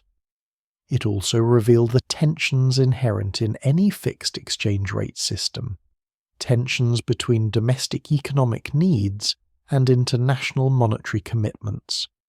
These lessons would be remembered when the time came after another world war to build a new international monetary order. For now, let us simply note that the classical gold standard represented gold's apotheosis as a monetary metal. For a few decades at the turn of the 20th century, gold was not merely valuable, not merely treasured, but the very foundation of the world's monetary system. The dreams of all those miners and prospectors, the labours of all those who had dug gold from the earth, had created something remarkable, a global system of money built on gold's eternal gleam. The First World War had shattered the elegant machinery of the classical gold standard, but it had not destroyed the idea. Throughout the 1920s, the great powers attempted to rebuild what had been lost, to restore the golden foundation that supported international commerce and finance.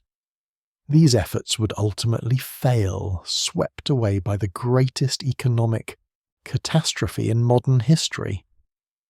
But from that catastrophe would emerge a new monetary order, one that would place gold at its centre in a different way and make the American dollar the world's dominant currency.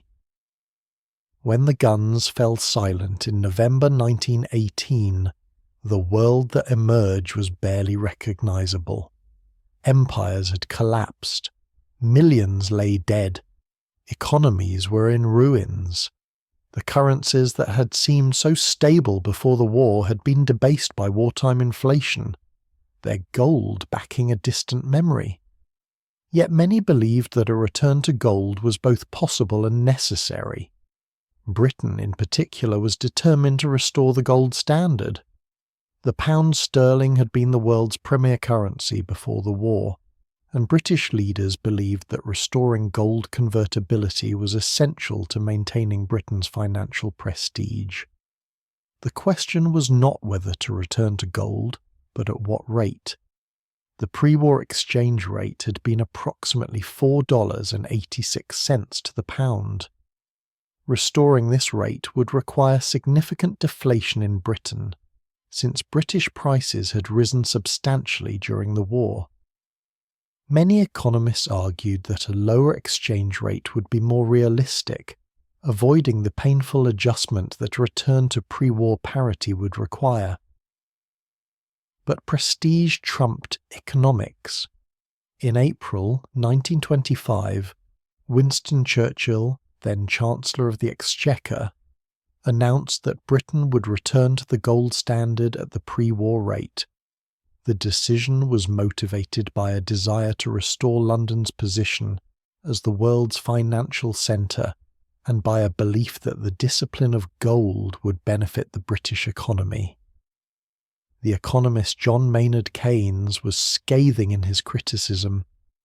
In a pamphlet titled The Economic Consequences of Mr. Churchill, he argued that the return to gold at an overvalued exchange rate would require painful deflation, hurting British workers and industry.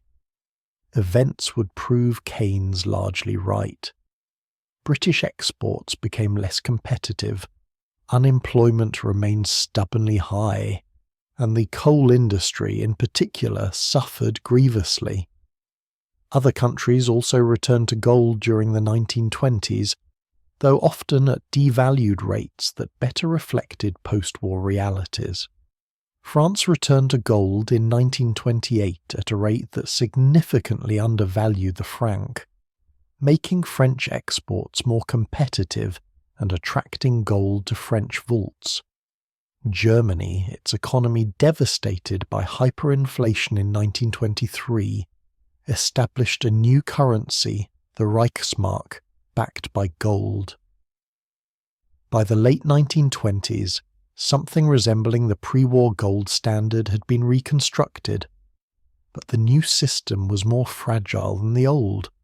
Countries held their reserves not just in gold but in foreign currencies, particularly dollars and pounds, creating layers of claims that could unravel in a crisis.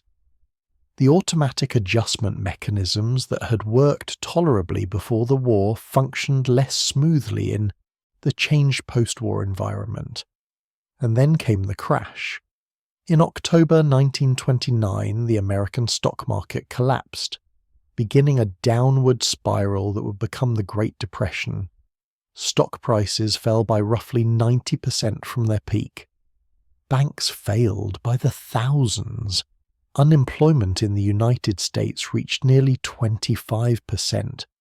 The economic catastrophe spread around the world, transmitted through trade and financial channels to every corner of the globe. The gold standard, which had been restored with such effort, became a transmission mechanism for deflation. Countries that remained on gold were forced to raise interest rates to defend their reserves, even as their economies were collapsing. The very discipline that had been the gold standard's virtue became, in the midst of depression, a cruel constraint. One by one, countries abandoned gold.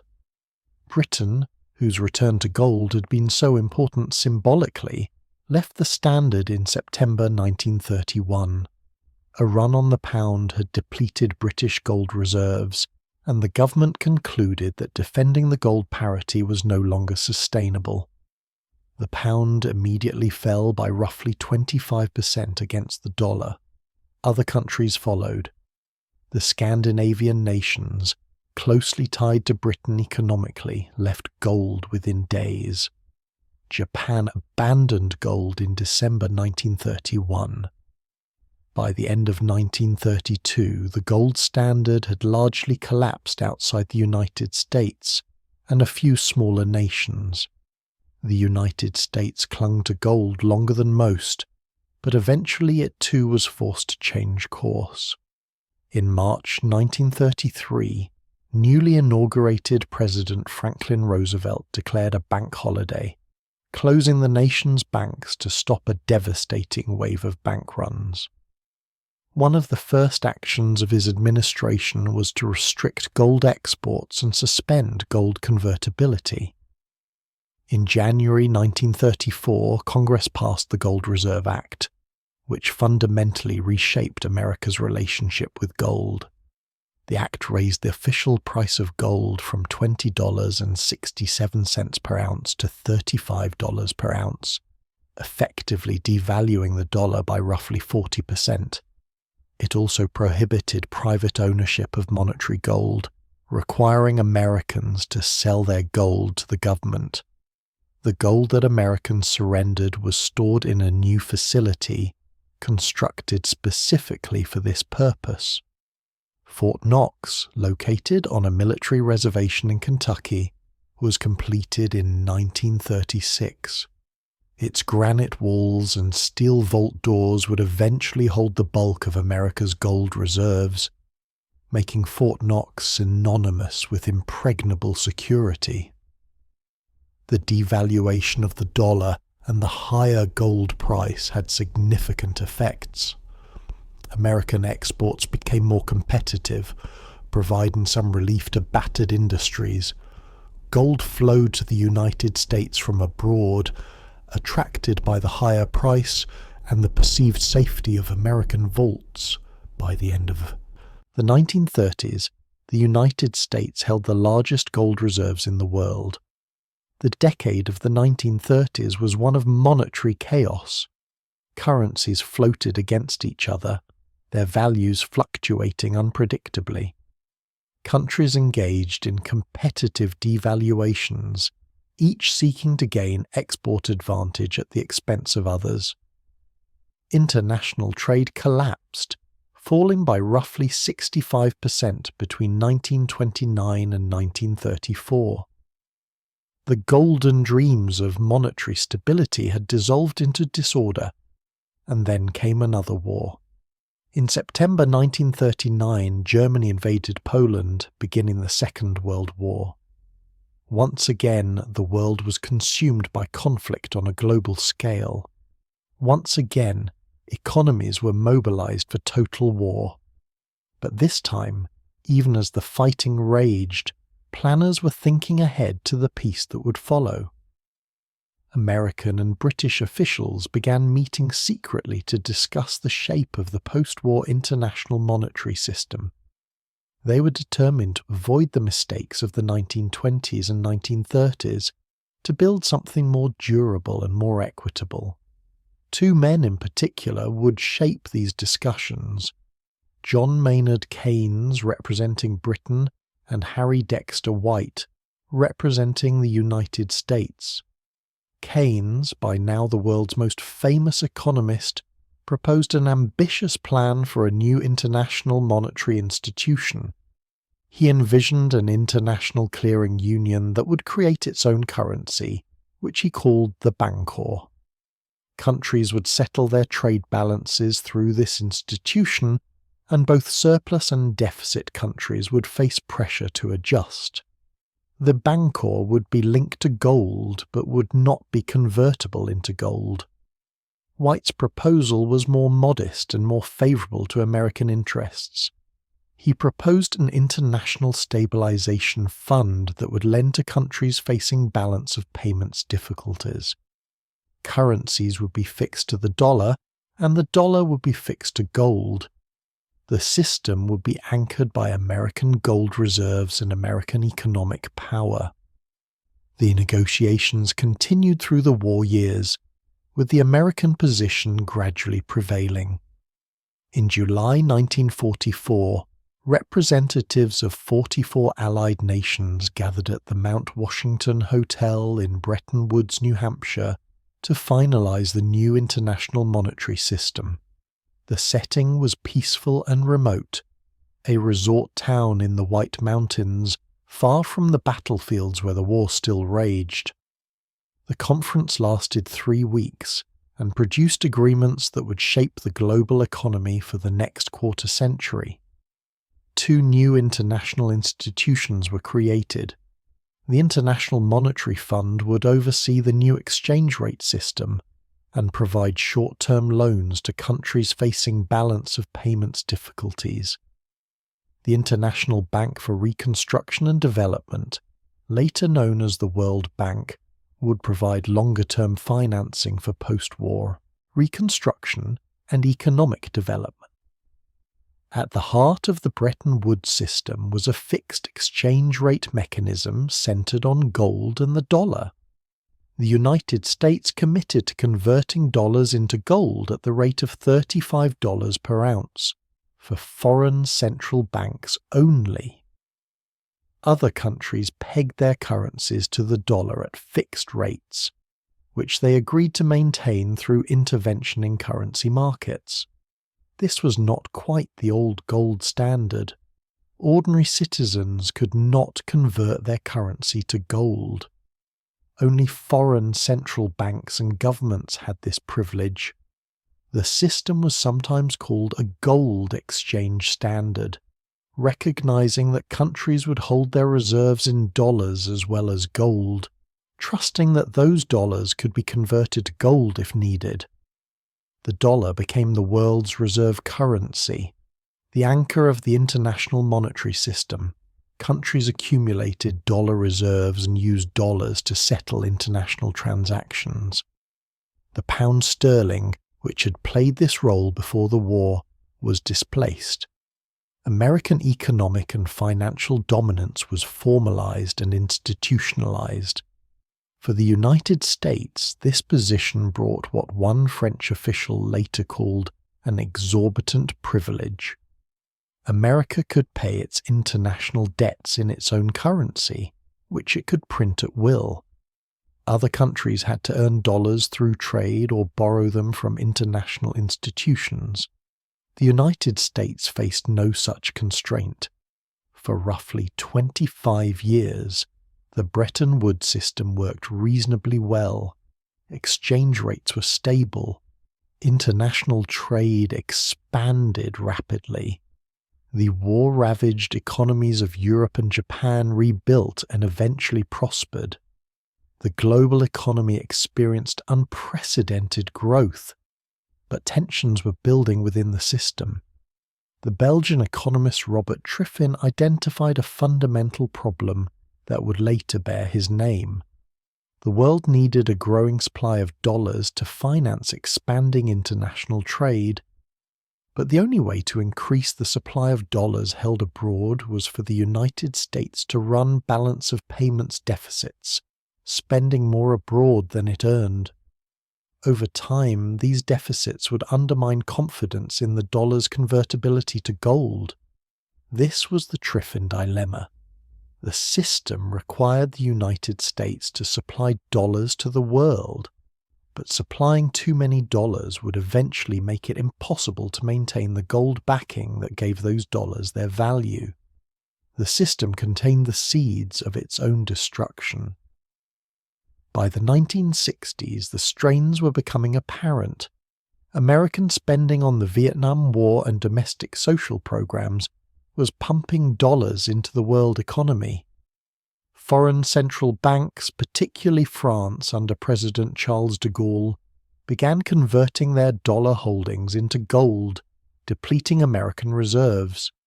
Gold flowed from Fort Knox to foreign vaults. Various measures were tried to preserve the system. The United States persuaded major allies not to convert their dollars to gold.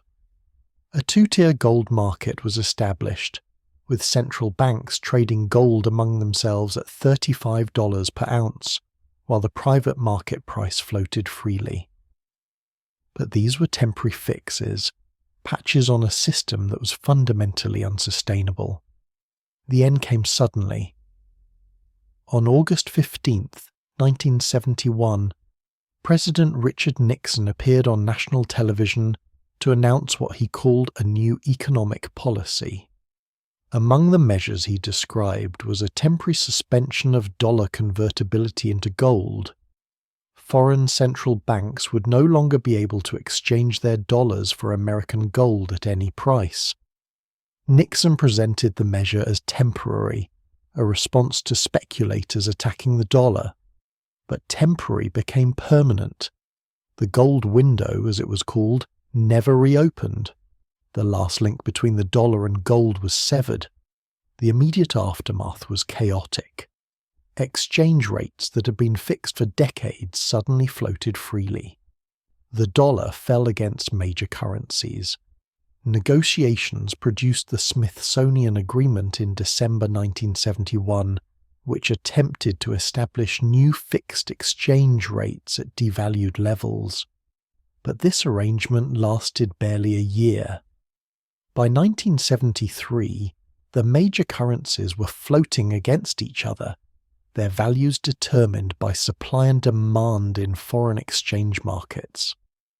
The Nixon shock, as it came to be called, marked the end of gold's formal role in the international monetary system. For the first time in human history, no major currency was backed by gold. Money had become purely fiat, its value resting on government decree and public confidence rather than precious metal. Gold did not disappear, of course. Central banks continued to hold substantial gold reserves, viewing them as a form of insurance against monetary instability. Private investors could once again buy gold, as restrictions were lifted in the years following the Nixon shock. Gold became a commodity, traded on exchanges like oil or wheat, its price determined by the market.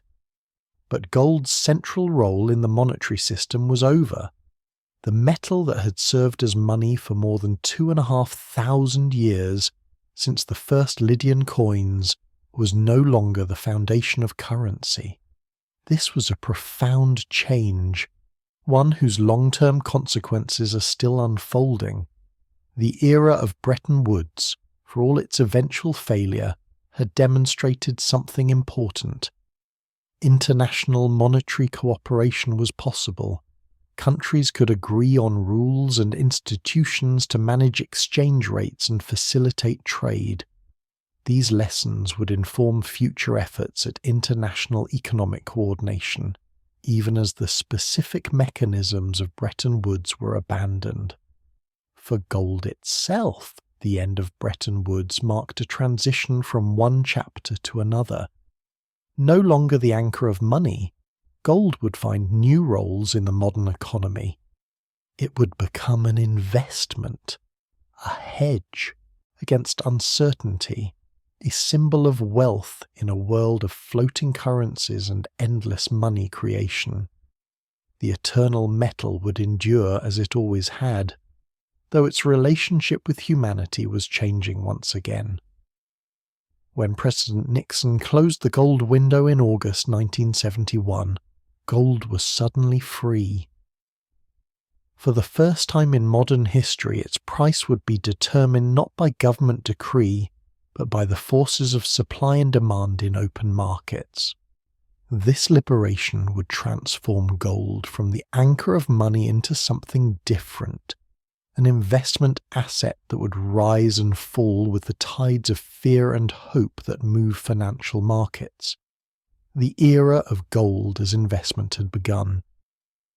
For nearly 4 decades before the Nixon shock, gold had been fixed at $35 per ounce, its price unchanging regardless of inflation, war, or economic turmoil. This stability was artificial, maintained by government intervention and international agreement. Once those constraints were removed, gold began a journey that would take it to heights no one had imagined. The 1970s were tumultuous years for the global economy. The oil crisis of 1973, triggered by an embargo from Arab oil-producing nations, sent energy prices soaring and pushed Western economies into recession. Inflation, which had been creeping upward through the late 1960s, accelerated dramatically. In the United States, consumer prices rose by more than 10% per year in some periods. The comfortable economic certainties of the post-war decade seemed to be crumbling. In this environment of uncertainty and eroding purchasing power, gold found new appeal. Investors who had watched their dollars buy less and less each year turned to the ancient metal as a store of value. If paper money was losing its worth, perhaps gold would retain its purchasing power as it had for thousands of years. The United States lifted restrictions on private gold ownership in December 1974, allowing Americans to buy and hold gold for the first time since 1933. This legal change, combined with economic anxiety, fueled growing demand for the metal. Gold's price rose steadily through the mid-1970s, climbing from $35 per ounce to over $100 by 1976. This was already a remarkable increase, nearly tripling in just 5 years. But the real surge was yet to come. In 1979, a series of events combined to send gold prices into a vertical climb. The Iranian Revolution overthrew the Shah and installed an Islamic government hostile to the West. American hostages were seized at the embassy in Tehran, creating a crisis that dominated headlines for months. The Soviet Union invaded Afghanistan, raising fears of a broader conflict. Oil prices spiked again, pushing inflation to new highs. Against this backdrop of geopolitical turmoil and economic distress, gold became the investment of choice for those seeking safety. Money poured into gold from around the world. Demand far outstripped the available supply, and prices rose accordingly. In January 1980, gold reached its peak. On January 21st, the price touched approximately $850 per ounce. Adjusted for inflation, this would be equivalent to well over $2,500 in today's money. In just over a decade, gold had risen from $35 to $850, an increase of more than 2,000%. The frenzy extended beyond gold to other precious metals. Two brothers from Texas, Nelson Bunker Hunt and William Herbert Hunt, attempted to corner the silver market, buying vast quantities of the metal and driving prices to over $50 per ounce. Their scheme eventually collapsed, and silver prices crashed, but the episode illustrated the speculative fever that had gripped the precious metals markets. Gold's peak in January 1980 marked a turning point. The factors that had driven the surge began to reverse. The Federal Reserve under Chairman Paul Volcker raised interest rates dramatically to combat inflation. Short-term rates reached 20%, making interest-bearing investments far more attractive than gold, which pays no interest at all. Inflation began to fall. The geopolitical crises that had fueled fear gradually receded. Gold prices began a long, slow decline that would last for 2 decades. By 1982, gold had fallen below $400 per ounce. By the early 1990s, it was trading around $350. The decline continued through the decade, reaching a low point of approximately $250 per ounce in the summer of 1999. For those who had bought gold at $850, the losses were devastating. For 20 years, gold had been a terrible investment, losing value while stocks and bonds soared. The great bull market of the 1980s and 90s passed gold by entirely. Many financial advisors concluded that gold was a relic, an outdated investment with no place in a modern portfolio, yet gold retained its appeal for certain investors. Central banks continued to hold substantial gold reserves, viewing them as a form of insurance against monetary instability. The world's central banks collectively held approximately 35,000 tons of gold, concentrated in the vaults of a few major powers. The United States held the largest reserves, roughly 8,000 tons, most of it stored at Fort Knox in Kentucky and the Federal Reserve Bank of New York. Fort Knox, formerly known as the United States Bullion Depository, had become legendary as a symbol of impregnable security. Built in 1936 to store the gold acquired under Roosevelt's Gold Reserve Act, the facility featured granite walls, a blast-proof vault door weighing more than 20 tons, and elaborate security measures. No unauthorized person had ever entered the vault. Fort Knox became a metaphor for absolute safety, referenced in films, novels, and everyday speech. Private investors also continued to hold gold despite its poor performance. Gold bugs, as they were sometimes called, believed that the metal would eventually reclaim its monetary role, or at least that it provided insurance against economic catastrophe. They pointed to gold's track record over millennia, its survival through countless wars, depressions, and monetary upheavals. Paper currencies came and went, but gold endured. The way ordinary investors could access gold evolved significantly during this period. Traditionally, buying gold meant purchasing physical metal, either coins or bars, and arranging for storage and insurance. This was cumbersome and expensive, especially for small investors. Gold futures contracts, traded on commodity exchanges, offered an alternative but required specialized knowledge and carried significant risks. A new innovation emerged in the early 2000s that would transform gold investment. Exchange-traded funds, or ETFs, allowed investors to buy shares that represented ownership of physical gold held in a trust. The most important of these was the SPDR Gold Shares Fund, which began trading in November 2004 under the ticker symbol GLD. The gold ETF made investing in gold as simple as buying a stock. Investors could purchase shares through their regular brokerage accounts without worrying about storage, insurance, or the logistics of handling physical metal. The gold backing the shares was stored in vaults in London and periodically audited to ensure its existence.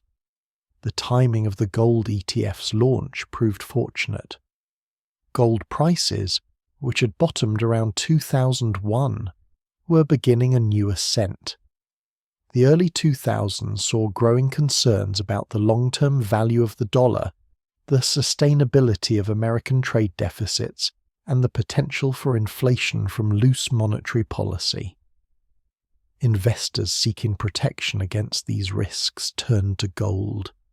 The financial crisis of 2008 provided dramatic validation of gold's role as a safe haven. In September of that year, the investment bank Lehman Brothers collapsed, triggering a panic that threatened to bring down the entire global financial system. Stock markets plunged. Credit markets froze. For a few terrifying weeks, it seemed possible that the banking system itself might fail. In this environment of extreme fear, gold shone. While stocks fell by roughly 50% from their peaks, gold held its value and then rose. Investors fleeing paper assets sought refuge in the ancient metal. Gold crossed $1,000 per ounce for the first time in March 2008, retreated during the worst of the panic, then resumed its climb. The response to the financial crisis further boosted gold's appeal. Central banks around the world, led by the Federal Reserve, slashed interest rates to near zero and began unprecedented programs of money creation known as quantitative easing. Trillions of dollars, euros, and yen were created and injected into the financial system. Gold investors worried that this flood of new money would eventually lead to inflation, making gold more attractive as a store of value. Gold continued to rise through 2009, 2010, and into 2011. In August and September of 2011, amid a debt ceiling crisis in the United States and escalating concerns about European sovereign debt, gold reached new highs. On September 6, 2011, gold touched approximately $1,900 per ounce, more than doubling from its pre-crisis levels. But once again, the peak was followed by decline. The feared inflation never materialized. The global economy, while weakened, did not collapse. Central banks maintained their extraordinary policies, but confidence gradually returned. Gold began a retreat that would take it down to roughly $1,100 per ounce by late 2015, a decline of more than 40% from its peak. The pattern was familiar. Gold rose during times of fear and uncertainty, then fell when conditions stabilized. It was a crisis asset, an insurance policy that paid off when everything else was going wrong. In normal times, when stocks and bonds offered positive returns, gold languished. Understanding what drives gold prices became a subject of intense study and debate. Unlike most investments, gold generates no income. It pays no dividends, no interest, no rent. Its value depends entirely on what someone else will pay for it in the future.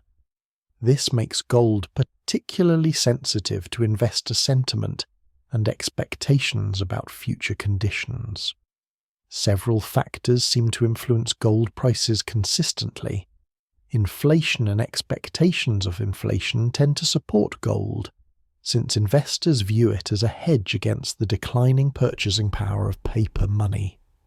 Real interest rates, which are interest rates adjusted for inflation, move inversely with gold. When real rates are high, investors prefer interest-bearing assets. When real rates are low or negative, the opportunity cost of holding gold diminishes. Currency movements also matter. Since gold is priced in dollars globally, a weaker dollar tends to support higher gold prices, and vice versa. Geopolitical tensions, financial crises, and general uncertainty all tend to drive investors toward gold as a safe haven. Central bank behavior influences both the supply and demand sides of the gold market. When central banks sell gold from their reserves, as many did during the 1990s and 2000s, it increases supply and tends to depress prices.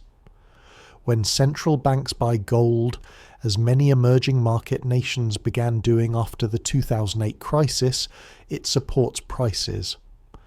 The 2020 pandemic provided another test of gold's safe haven status. As the virus spread globally and economies shut down, financial markets experienced violent swings. In March 2020, even gold fell sharply as investors sold everything to raise cash. But the decline was brief. As central banks responded with massive stimulus and governments provided trillions in fiscal support, gold resumed its climb. In August 2020, gold surpassed $2,000 per ounce for the first time in history.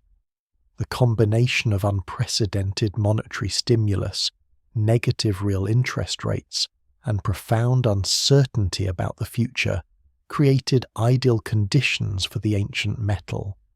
Gold had once again demonstrated its enduring appeal in times of crisis. The modern gold market is vast and complex. Gold futures trade on exchanges in New York, London, Shanghai, and elsewhere. The London bullion market sets reference prices twice daily that are used to value gold holdings around the world. Mining companies extract roughly 3,000 tons of new gold each year, adding to a total above-ground stock estimated at over 200,000 tons. For individual investors, gold remains a subject of debate. Advocates point to its track record over millennia, its independence from government control, and its insurance value during crises. Critics note its lack of yield, its volatility, and its long periods of underperformance.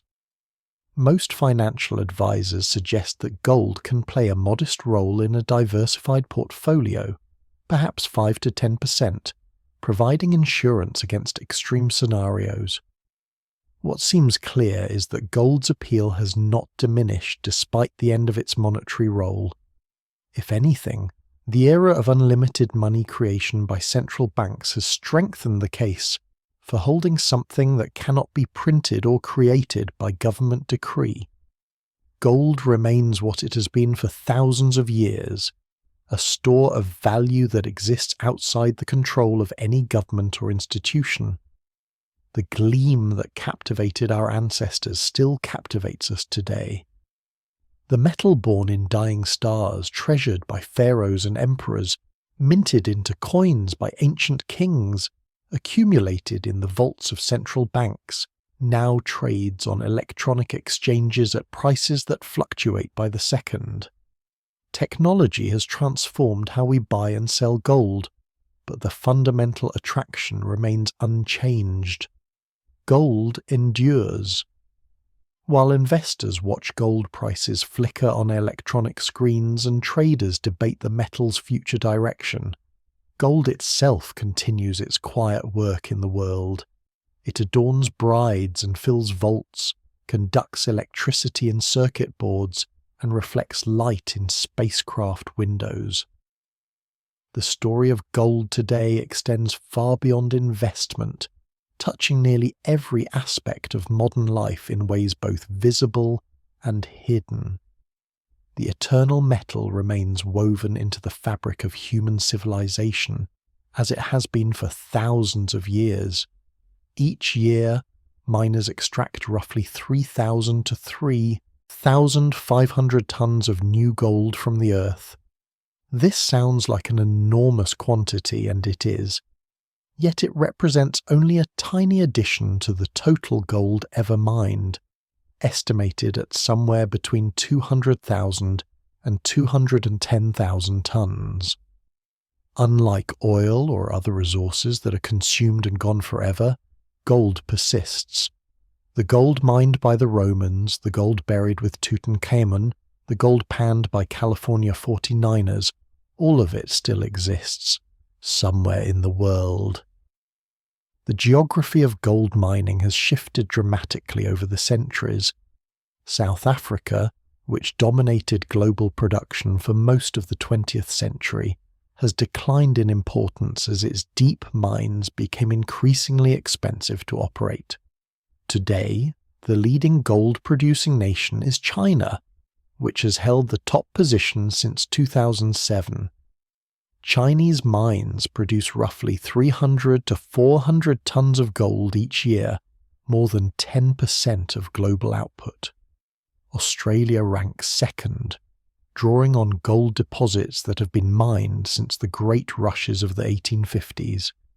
Russian mines, scattered across that vast nation from the Urals to Siberia, place it third.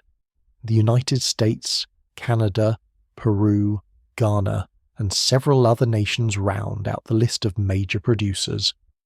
Gold is mined on every inhabited continent, a testament to the metal's geological ubiquity. Modern gold mining is an industrial enterprise of enormous scale and sophistication. The easy gold, the nuggets in streams and the rich veins near the surface, was largely exhausted long ago. Today's miners must process vast quantities of ore to extract relatively small amounts of gold. A typical gold mine might process rock containing only a few grams of gold per ton, requiring massive operations to achieve economically viable production. The techniques used in modern mining would be unrecognizable to the 49ers who panned for gold in California streams. Open-pit mines gouge enormous craters in the earth, some of them visible from space. Underground mines descend kilometers below the surface, where temperatures can exceed 40 degrees Celsius, and the pressure of overlying rock makes working conditions challenging. Once ore is extracted, it must be processed to separate gold from the surrounding rock. The cyanide process, developed in the 1880s, remains the foundation of gold extraction. Crushed ore is treated with a cyanide solution that dissolves the gold, which is then recovered through chemical processes. This technique can extract gold from ore that would have been worthless to earlier generations of miners. The scale and methods of modern mining raise environmental concerns that the industry has been slow to address. Cyanide leaks can contaminate groundwater. Waste rock and tailings can release acid and heavy metals into surrounding ecosystems. Open pit mines permanently alter landscapes. Mercury, still used by small-scale miners in some parts of the world, poisons rivers and accumulates in fish. These impacts are real and significant, though the industry has made efforts to improve its practices. Responsible mining initiatives attempt to establish standards for environmental management and community relations. Some mining companies have achieved meaningful progress in reducing their environmental footprint. But challenges remain, particularly in regions where regulatory oversight is weak or enforcement is lacking. The social impacts of mining are equally complex. Large mines can bring employment and economic development to remote regions. They can also displace communities, disrupt traditional ways of life, and create tensions between local populations and mining companies. The benefits and burdens of mining are often distributed unequally, with wealth flowing to shareholders while communities bear the environmental costs. These are difficult issues, and there are no easy solutions. Gold continues to be mined because demand continues to exist, and that demand is unlikely to disappear. What seems possible is progress toward mining practices that are less damaging and more equitable. This progress is happening, though more slowly than many would wish. Where does all this newly mined gold go? The largest share, roughly half of annual gold demand, is absorbed by the jewelry industry. Gold jewelry has been prized since the dawn of civilization, and its appeal shows no sign of diminishing. India and China are the world's largest markets for gold jewelry.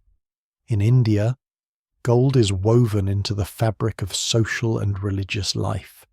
Weddings without gold are almost unthinkable. A bride's jewelry represents not just beauty but financial security, an asset she controls in her own right. Hindu festivals such as Akshaya Tritiya and Dhanteras are traditional occasions for gold purchases, believed to bring good fortune. Chinese demand for gold has grown enormously as the country's economy has expanded. Gold jewelry signifies prosperity and status. Gold gifts are common at weddings, births, and other celebrations. The relaxation of restrictions on gold ownership, which had been in place since the Communist Revolution, has unleashed pent-up demand from a population with rising incomes and limited investment options. In Western countries, gold jewelry carries different but equally powerful associations. Engagement rings and wedding bands made of gold symbolize enduring love and commitment. Gold watches signify success and achievement. Gold jewelry is passed down through generations, carrying emotional significance that far exceeds its monetary value. The appeal of gold jewelry rests partly on the metal's practical qualities. Gold is soft enough to be worked into intricate designs, but durable enough to last for generations. It does not tarnish or corrode, maintaining its beauty indefinitely. It has a warmth against the skin that other metals lack, and of course, it has that unmistakable colour, neither yellow like brass nor white like silver, but something uniquely its own. Beyond jewellery, gold finds use in applications that most people never see. The electronics industry consumes several hundred tons of gold each year, drawn by gold's excellent conductivity and resistance to corrosion. The circuit board in your smartphone contains a small amount of gold, perhaps 0.03 of a gram. Your computer, your television, your car's electronic systems all contain gold. When you tap a screen or press a button, electrons may be flowing through pathways of gold. The amounts in individual devices are tiny, but they add up. As electronic waste accumulates in landfills around the world, efforts to recover this gold have spawned a new industry. Urban mining, as it is sometimes called, extracts precious metals from discarded electronics. A ton of mobile phones contains far more gold than a ton of gold ore from a typical mine. Gold's resistance to corrosion makes it valuable in aerospace applications. The visors of astronaut helmets are coated with a thin layer of gold that reflects infrared radiation, protecting the wearer from the sun's heat. Spacecraft and satellites use gold in electrical connectors and thermal control systems. Gold's reliability in extreme conditions makes it worth the cost. In medicine, gold has applications both ancient and modern.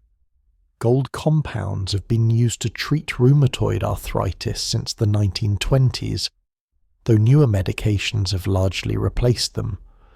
Gold nanoparticles show promise in cancer research, where their ability to absorb certain wavelengths of light could enable targeted treatment of tumours.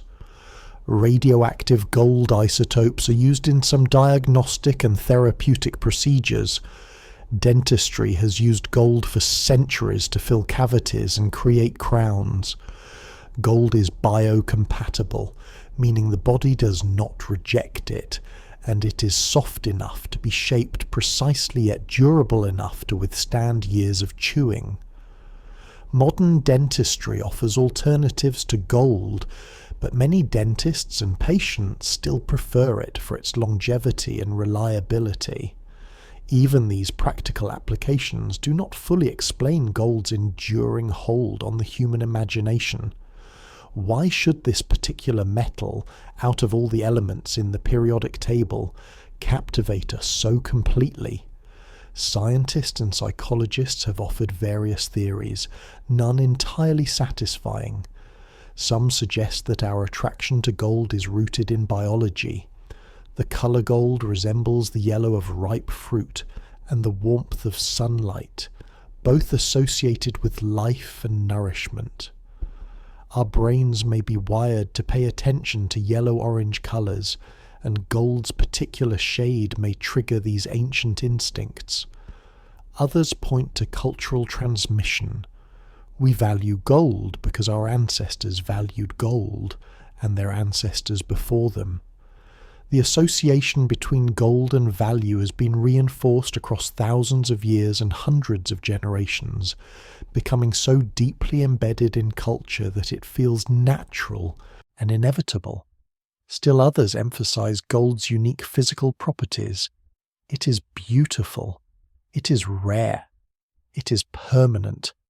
These qualities make it suitable as a store of value and a symbol of achievement, and once those associations are established, they reinforce themselves.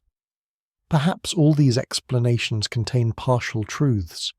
The appeal of gold may be overdetermined, supported by biological, cultural, and practical factors that reinforce one another. Whatever the ultimate explanation, the fact remains that gold occupies a unique place in human culture, recognized as precious across virtually all societies and all eras of history. This cultural significance expresses itself in countless ways. Olympic medals, the highest honor in athletic competition, are gold-colored, though they are actually made mostly of silver with a thin gold coating. The Nobel Prize medal is made of gold. Crowns and scepters of royalty are made of gold. Religious art across many traditions features gold, from the golden Buddha statues of Asia to the gilded icons of Orthodox Christianity, to the gold leaf adorning medieval European cathedrals. Gold appears in language as a metaphor for excellence and value. We speak of golden ages and golden opportunities. A heart of gold describes exceptional kindness. The golden rule counsels us to treat others as we would wish to be treated. Silence is golden. These linguistic echoes reveal how deeply gold is embedded in our thinking about value and virtue. Measured against the cosmos, the amount of gold on Earth is almost inconceivably small. If all the gold ever mined were gathered together and formed into a cube, that cube would measure only about 21 meters on each side. It would fit comfortably within the confines of a single Olympic swimming pool. This is the sum total of 6,000 years of human effort, from the earliest Egyptian mines to the deepest shafts in South Africa.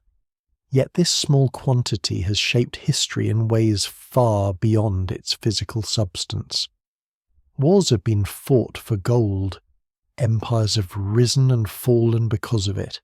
Entire continents have been explored and conquered in the search for it.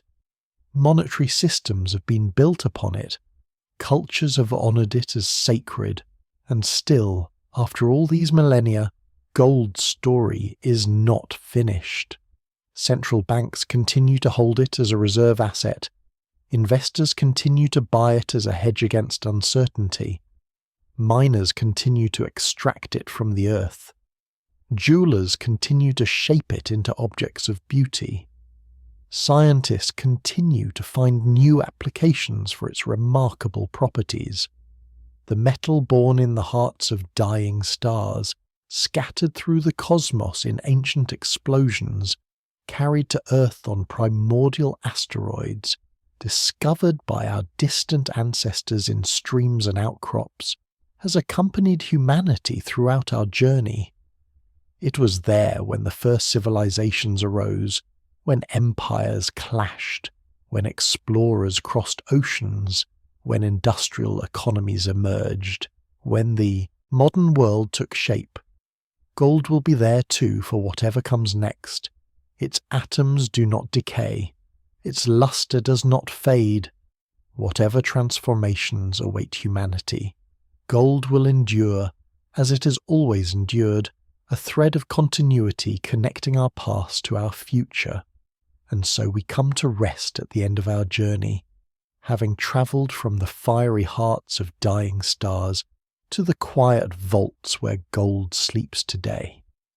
We have walked with pharaohs and prospectors, with emperors and miners, all of them drawn to the same warm gleam that has captivated humanity since the very beginning.